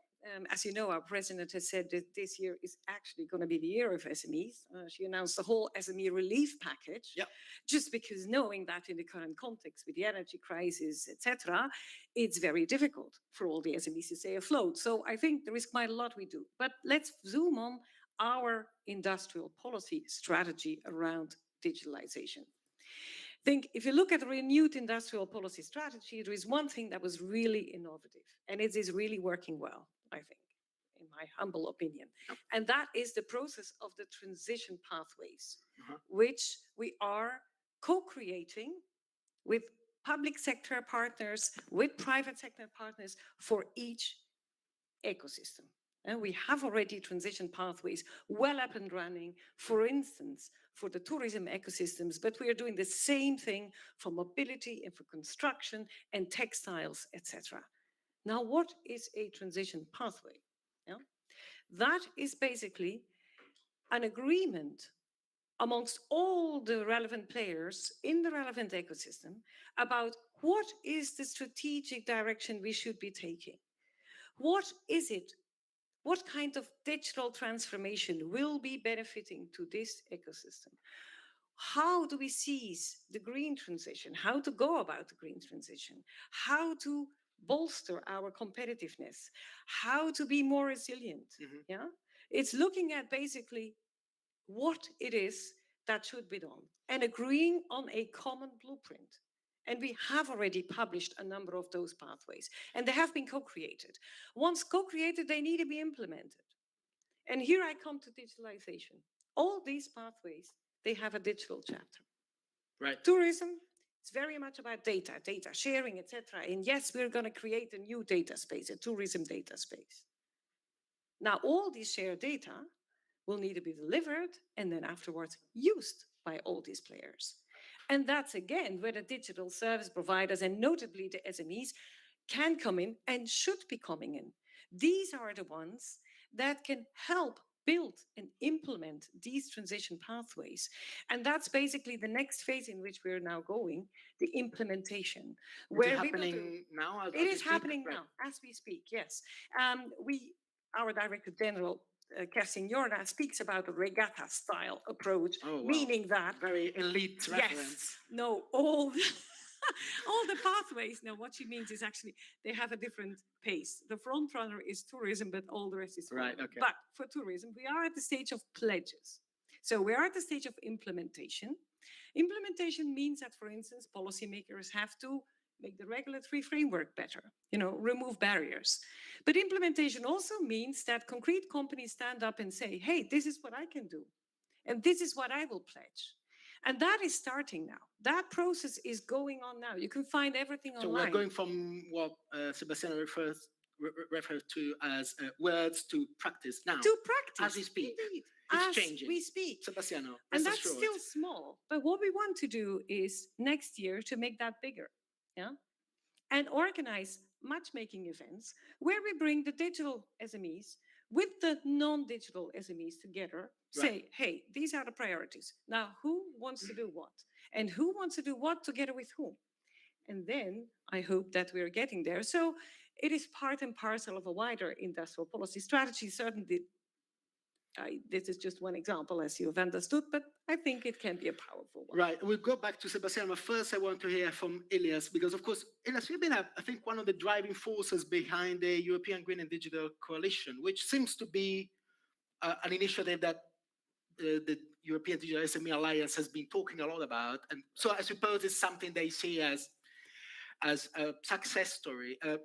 Can you give us a sense of how that fits in what we've been talking about now? So what Sebastian has been asking for and calling for, and what DigiGrow is also doing. So I wanna avoid to talk about strategies and commission papers, because if you really wanna go to sleep, well, you take a digital decade targets that we promise that 75% of you will have AI by 2030, and broadband by 20 this. So instead of those strategy, let's be a little bit more specific about you.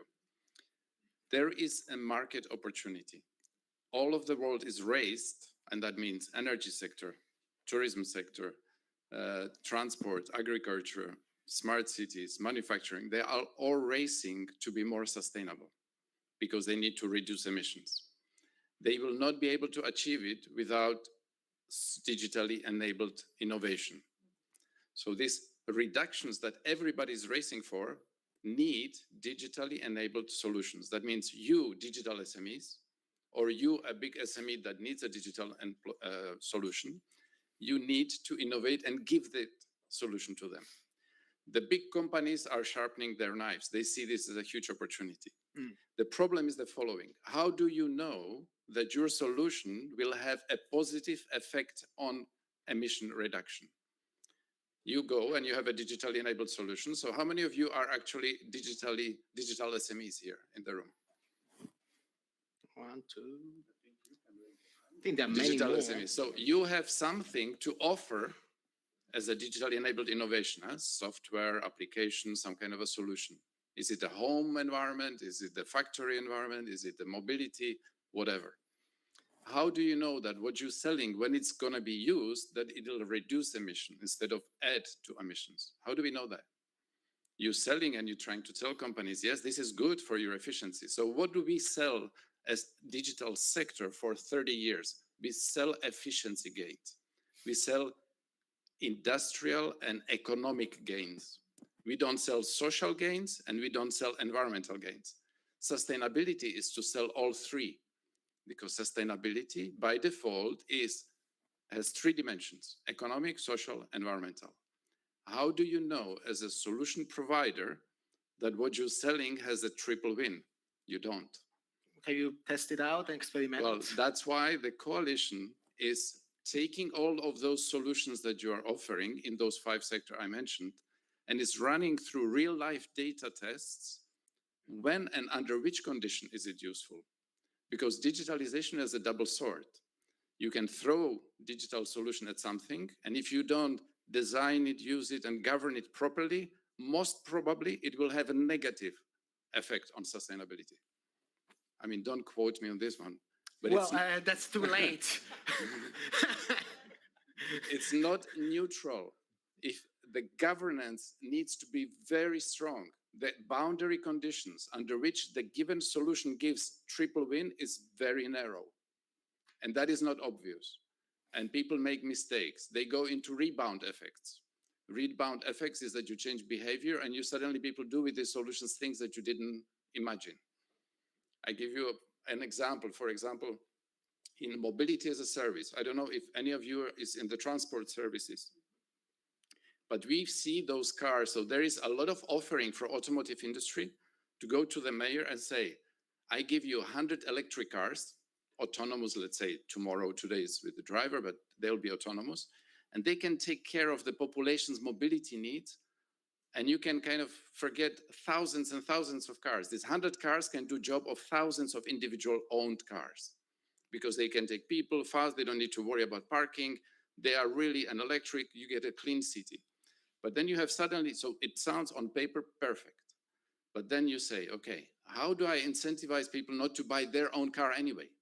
So if they buy the car and still use this mobility, another 100 car in addition to their car, it's already questionable.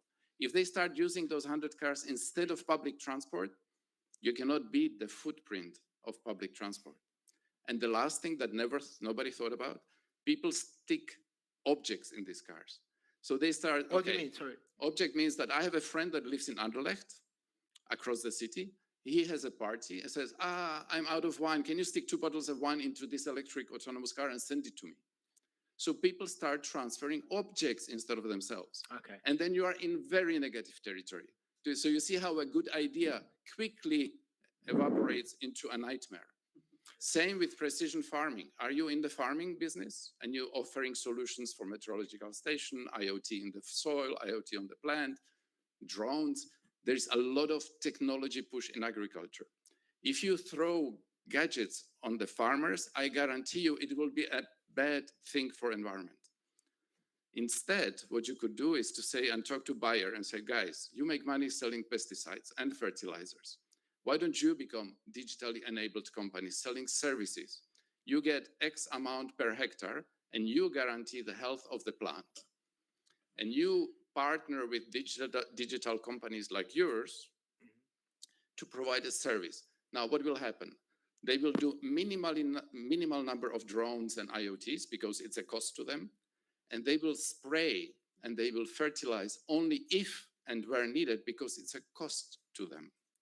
So instead of having a business model where more iPhones and laptops and IoTs and whatever I sell to agriculture sector that has no capacity, no understanding, no way of doing it properly, you have to change completely the business models and say, you guys that make money from selling tons of pesticides, you become service company, you minimize. So we have a healthy soil, healthy food, business for agriculture, business for the ICT companies. Elias, this was a fantastic journey from cars to fields and cows. But I probably want to actually move to Sebastiano now, because I mean, all this sounds great. So why are you dissatisfied? What do you want more than this? Well, I think we want, going back to also what Amaryllis said, I think what we want is to see our governments, the European Commission, put the money where the words are. Because it's nice to hear that there is an industrial strategy, that we have the digital pathways for all the ecosystem or all the sectors, and so on and so forth. But it's also nice to see that, we know we have big budgets, especially now, okay? But where is this all this money going? What do you need the money for? Let me give you an example. I mean, very concrete, everyone knows about it, the recovery and resilience facility that we have in Europe, no? All these 700 plus billions that are supposed to be spent during these years in each of our countries. We know that there is a 20+% which is supposed to be spent on digital and a 30+% which is supposed to be spent on green, okay? The problem is, when you go to a national level, when you speak to people like Elias or Amaryllis, they understand very well that there is an interlink between digital and green, and that by digital, you can make everything more green, right? Right. But when the money is spent by our national governments, the regional governments, etc., do you think the people understand that green and digital are the same thing? No. Digital, Why are we speaking to them, though? We should be calling some national decision makers here. That's why we have our meeting, because we want our national members to go and talk to their politicians and convince them that digital means green. Otherwise, what will happen? Digital, they will spend them all the money in infrastructure. Okay, they will give all the money to the telcos to build the 5Gs and so on, and the fiber. And then the green is going to go to other people. You're going to have a lot of companies and associations that tell you, we're going to make you more green. And those who provide the digital solutions are not going to get any money. So, the devil is in the detail, and this Is this something that the European Commission, for instance, can change? Is there any way they can put pressure on national decision makers? I don't know. That's for both. I don't know if you understand what Sebastiano was talking about. There is the 700 billion under the Next Generation EU, and every country that you belong to has this kind of recovery and resilience plan, how to spend these billions they're getting. Are you aware of this? Good. Well, there's awareness. Can you go for dinner with your local actor, your local parliamentarian, and tell him in the 20%, it's actually more than 20, 27% of these billions that had to be deployed on digital, there is nothing green. Out of the 37% of those 700 billion that have to be spent on sustainability transition of my country, your country, there is nothing digital. If you tell him that, then he will understand that whatever we're talking about green digital transition is nothing, it's just talk. The money is not there. So nobody, because they don't have a capacity as ministries to even talk to each other. The telecom ministry of your country and the environment ministry are on separate planets. They don't even meet to discuss business. So in very few countries, Ireland, it's actually a same. Ministry of Environment and ICT is the same minister. So they got the point. But it's still until there are concrete projects, they are nowhere. And it's your solutions that will be proven to be positive or not, okay? And the guidelines that we will give you how to keep it in a positive space is what you need to put on the table of a dinner with the local authority and say, this is what we need. It's good for our business, my jobs, it's good for our environment and sustainability as a country. Elias, can we hear from Amaryllis too here? How can we hammer these concepts into national government's heads? Apparently there's a lack of awareness here about how digital and green interact and intersect. Is there anything that can be done at the EU level to make it clearer and to make sure that the money goes where it should go, where Sebastiano thinks it should go at least? Look, yes, I mean, I would very much agree with what Elias has said, of course. Work at a local level, showcase, etc. Of course, we also at European level can do more and are doing actually quite a lot to showcase. I gave the example of the transition pathways, where is actually a place where digital, green, and resilience come together and are being really discussed, including with the interlinkages. But we are also certainly now, because this is very much triggered by the energy crisis, taking initiatives to foster very concretely clean tech, to create special academics around clean tech. We're creating an industry alliance on solar, for instance, which again is an example of green and digital coming together. Is digital only about greening? No, of course it isn't. And I see also, I mean, I haven't done a full analysis of all the resilience and recovery action plans, but there is also an amount of, for instance, the digital money that go, the 20% that is earmarked for digital, that goes to initiatives such as e-government. Now, that is very important as well, because that means cutting red tape, making the lives of SMEs better, etc. So I'm not going now as far as to say that, every penny should be spent on green, on digital for green. But for sure, I do agree that the two must be better connected and that more can be done in order to showcase that interlinkage. And this is definitely also the trend in which we are going within the European Commission with the example I just gave you. The various initiative in order to support what we call today clean tech. Yeah, it's tech, but it's also about cleaning. I want to just... You want to, but after that, let's go to Sebastiano, who's nodding with an ominous look on his face. So be very quick, please.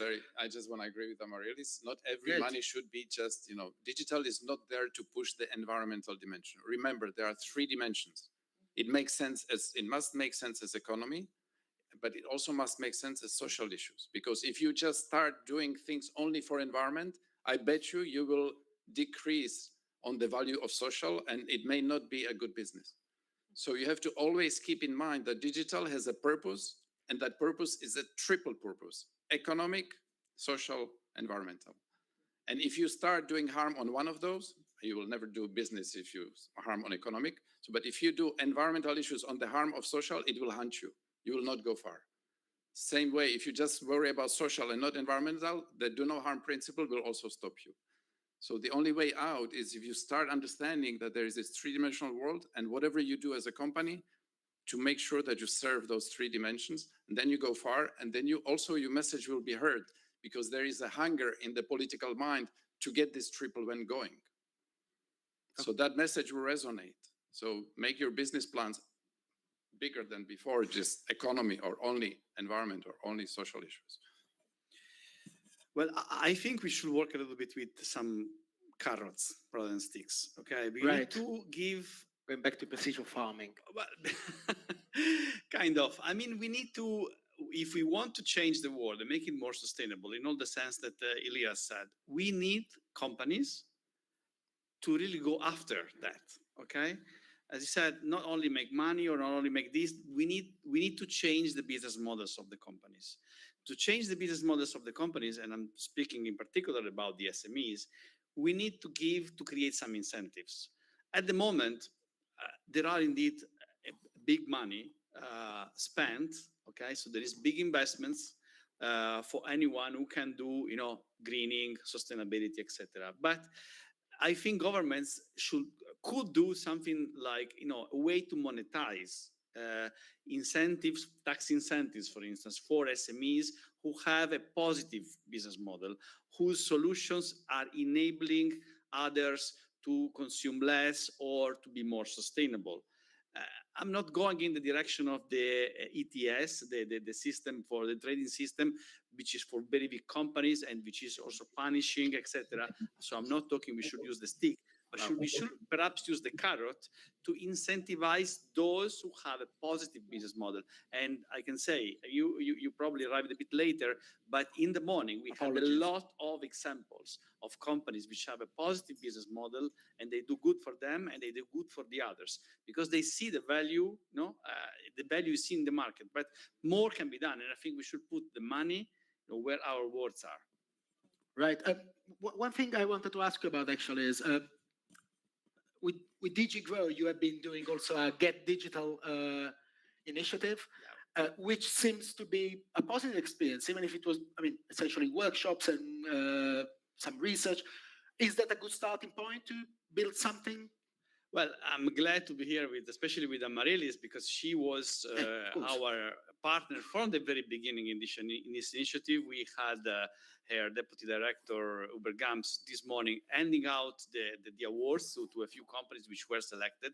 And I think this has proven for us that, a collaboration between the public, the commission in this case, and the private sector is good. Because as I was saying in the beginning, our community is super powerful.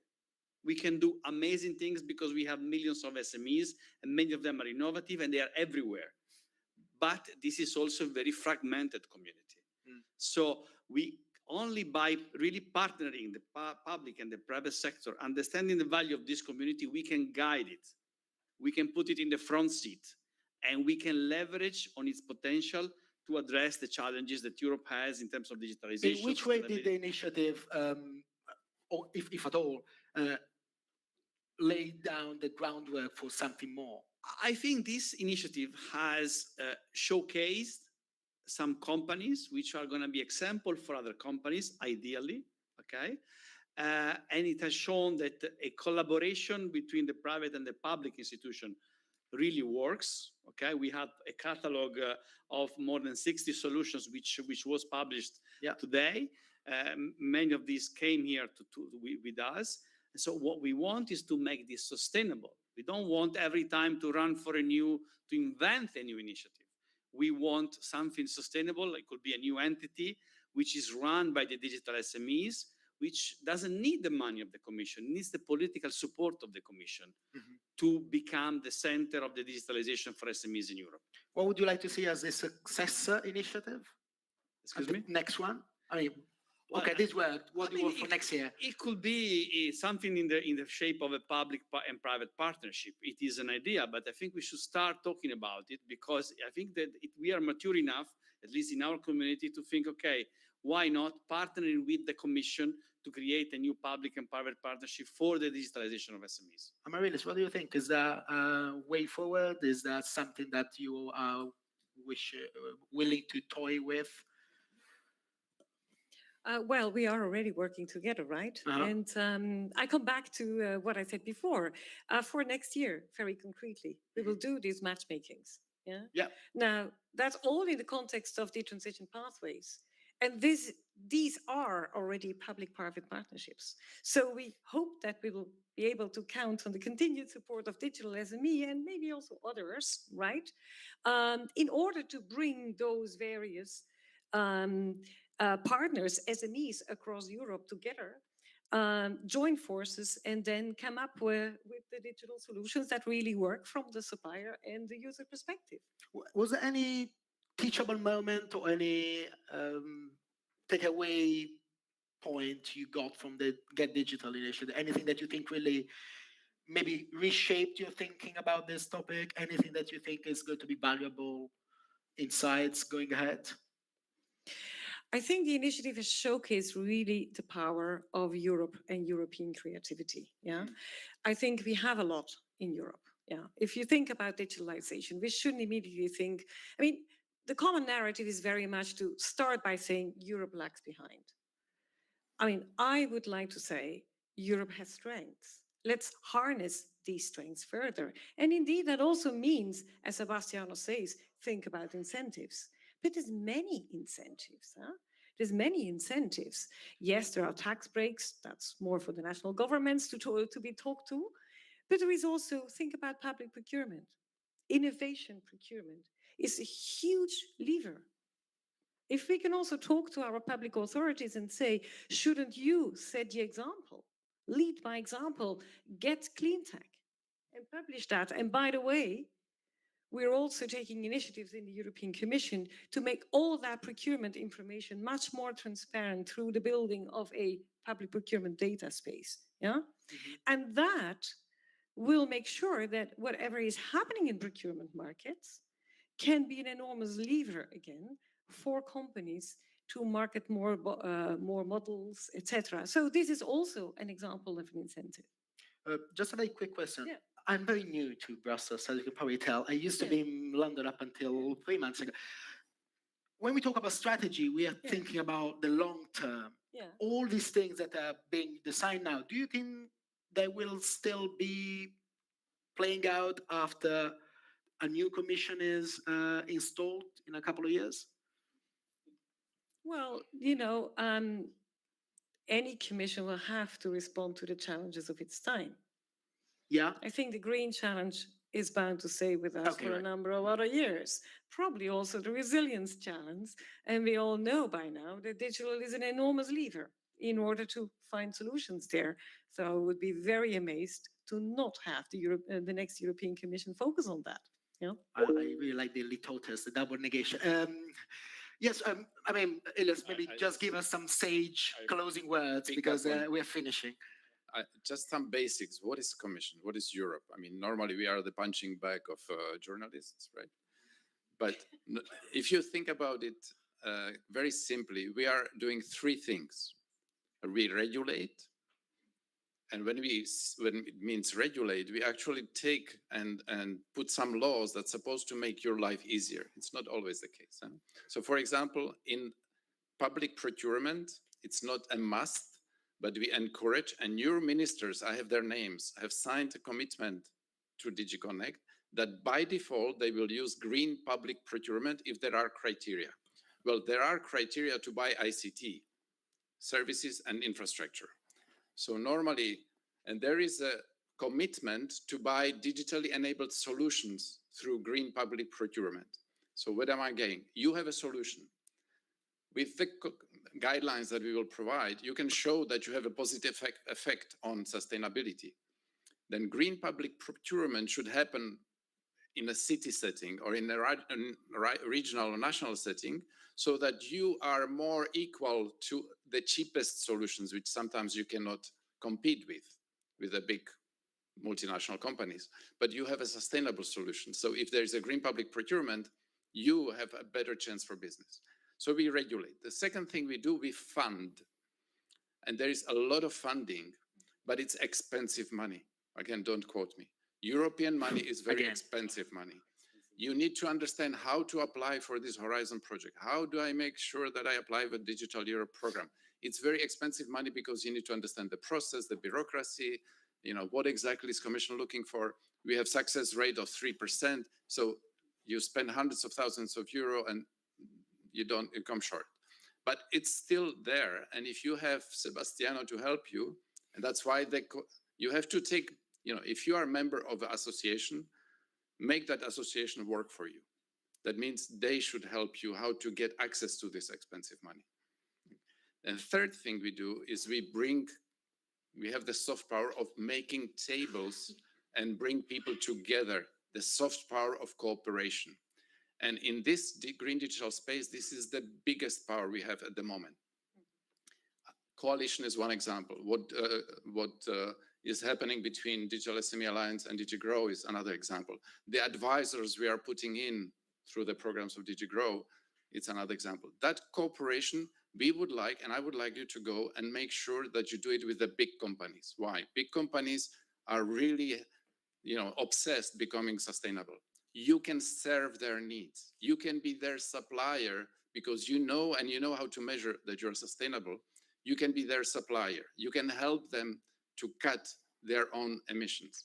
And if the last and most important thing I want to say, if you want to be sustainable, try to change your business model so that you serve the social needs you're serving with less materials.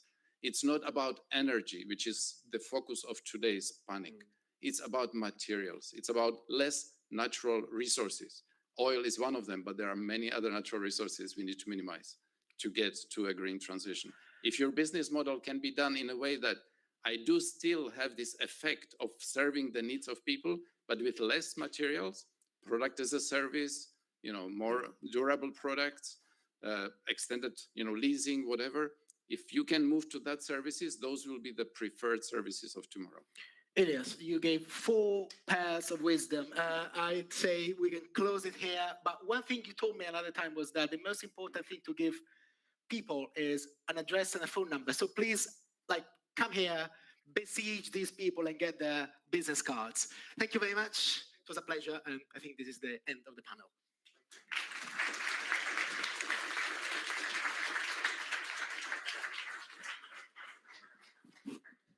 Thank you very much, our speakers of the panel. And just before we close the event, there is something important we want to address everyone about. So this incredible day and this event would have never happened without people who contributed greatly to our organization, to the European Digital SME Alliance, and who built the cornerstones for all of us to be here, for amazing companies we work with to be here. So for this, I would like to announce our Digital SME Fellowship Program, and I invite our President, Oliver Grun, to announce the new fellows of Digital SME Alliance.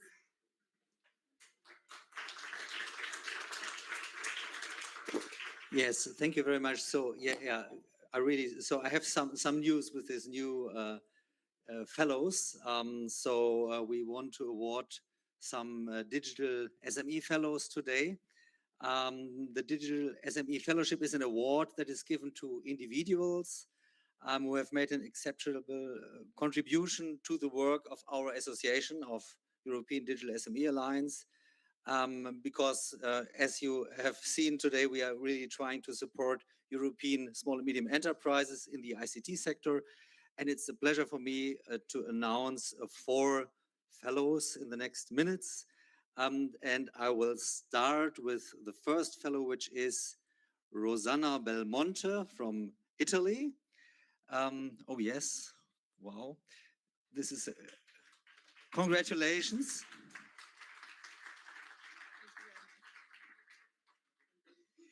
Rosanna is, as I've told, from Italy. Rosanna has been employed at the European Digital SME Alliance from 2020 to June 2022. At first as office and events manager, and later additionally as projects manager. And Rosanna has been a driving force in the digitalization process of our association itself.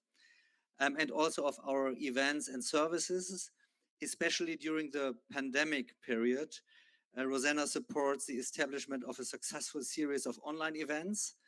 Yeah, and of course, you are contributed in the successful execution of several EU-funded projects. So thank you very much for this, Rosanna. Congratulations. Okay.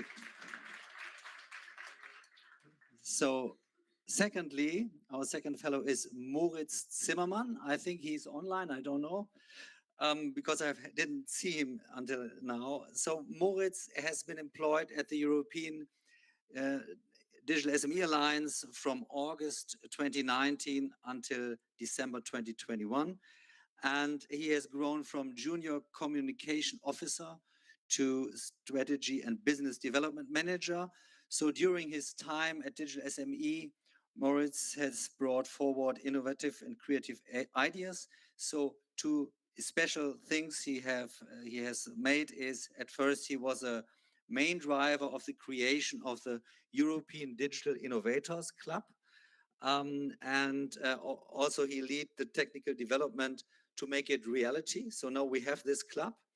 And secondly, Moritz, during also the pandemic period, Moritz showed a great resilience and proposed our very successful campaign. We've heard before today, our campaign, Digital SME Solutions in Time of COVID-19. So congratulations, Moritz. I don't know, is he online? Is he here? No, he's online, okay. Sebastiano takes your diploma, so congratulations.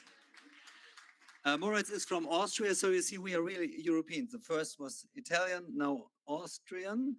And now our next fellow is Bruno Robin from France. Bruno from France has been president of the European Digital SME Alliance from 2008 to 2012. Among the founders of the European Digital SME Alliance, Bruno has been a champion of ICT SMEs in Europe through all his career. And he served for many years in the board of our alliance. Thank you very much for this. And before retiring, Bruno is bringing together the members of Digital SME France, including French SMEs and associations in the digital sector of France. Congratulations, dear Bruno. Thank you very much. Thank you. Congratulations. Thank you. Well, and last but not least, we have my predecessor. So this is from, now Bruno was from France, and now we have Bo Seger-Fransen from Denmark. And Bo has been president of the European Digital SME Alliance from 2013 until 2015. And Bo, hello Bo. Congratulations. Let's make an applause for your clap. Thank you, Oliver. Thank you, Oliver. Great. Technique is working. So during your time as a digital SME and as a board member, Bo has committed advocate for the development of digital skills, especially in Europe. You are participating in several public debates on this topic. And Bo has also served as a board member of IoT, and he is a successful CEO and recognized international expert in digital skills. Congratulations very much to you, Bo. Thank you very much. Okay, so I think this was our news with our new Digital SME Fellows. As we have learned, it is a long journey to make digital SME more visible in Europe, in the policy, and also in all markets. When I want to hand over or come over to the closing remarks of what we have seen today and learned today, I think we have seen a lot of inspiring SME-driven and startup-driven innovations today. I was very inspired, and I think we we have learned that SMEs are not only the victims of digitalization, but SMEs, digital SMEs, are also enabler of digitalization. We must understand this because we are also provider of tools, as we have learned today, and we don't need always the big techs for our processes, and we don't need always just let's say tools from overseas, from China, from US. I think we need, and we have seen that we need a kind of change of mindset. And I think it's quite important a little bit to understand why we need to foster also digital SMEs and not only startups, because there's a difference between startups and digital SMEs. I love startups, but I also love digital SMEs because I think startups have great ideas, they invent great products or services, but if they are outstanding successful, then we know, then they are unicorns. Okay, great. But if they are very successful, then they are digital SMEs. And nobody's talking about them. That's crazy, isn't it? And we have this digital SMEs. We have a lot of digital SMEs. This is the backbone of our IT or digital economy in Europe. And we must see this as an asset for the future. And I think it's very important that SMEs are making revenues. They have access to market. They have customers. Of course, also startups have customers and revenues, but not as much as SMEs. SMEs make profit, and they are standing with both legs on the ground, and they are very, very successful to start to the Mars mission. And I think we must see more this asset what we have. And in detail, of course, we see today some examples that digital SMEs can help achieve key objectives of EU public policy, of course. So we have seen how to provide digital sovereignty or provide privacy compliant cloud solutions, harnessing AI for SMEs to reach their full potential, and so on. So we have seen a lot of possibilities, and I think altogether this event shows, and we've heard this before, or demonstrates that collaborations between the digital SMEs and European policymakers can play or must play an important role in fostering innovations in Europe. I think we've heard something like perhaps a sustainable collaboration between digital SMEs and policy. Perhaps we can make something like, I don't know, a kind of digital SME coalition to foster digital sovereignty made in Europe. With this mention, I want to hand over to Sebastiano. Thank you very much.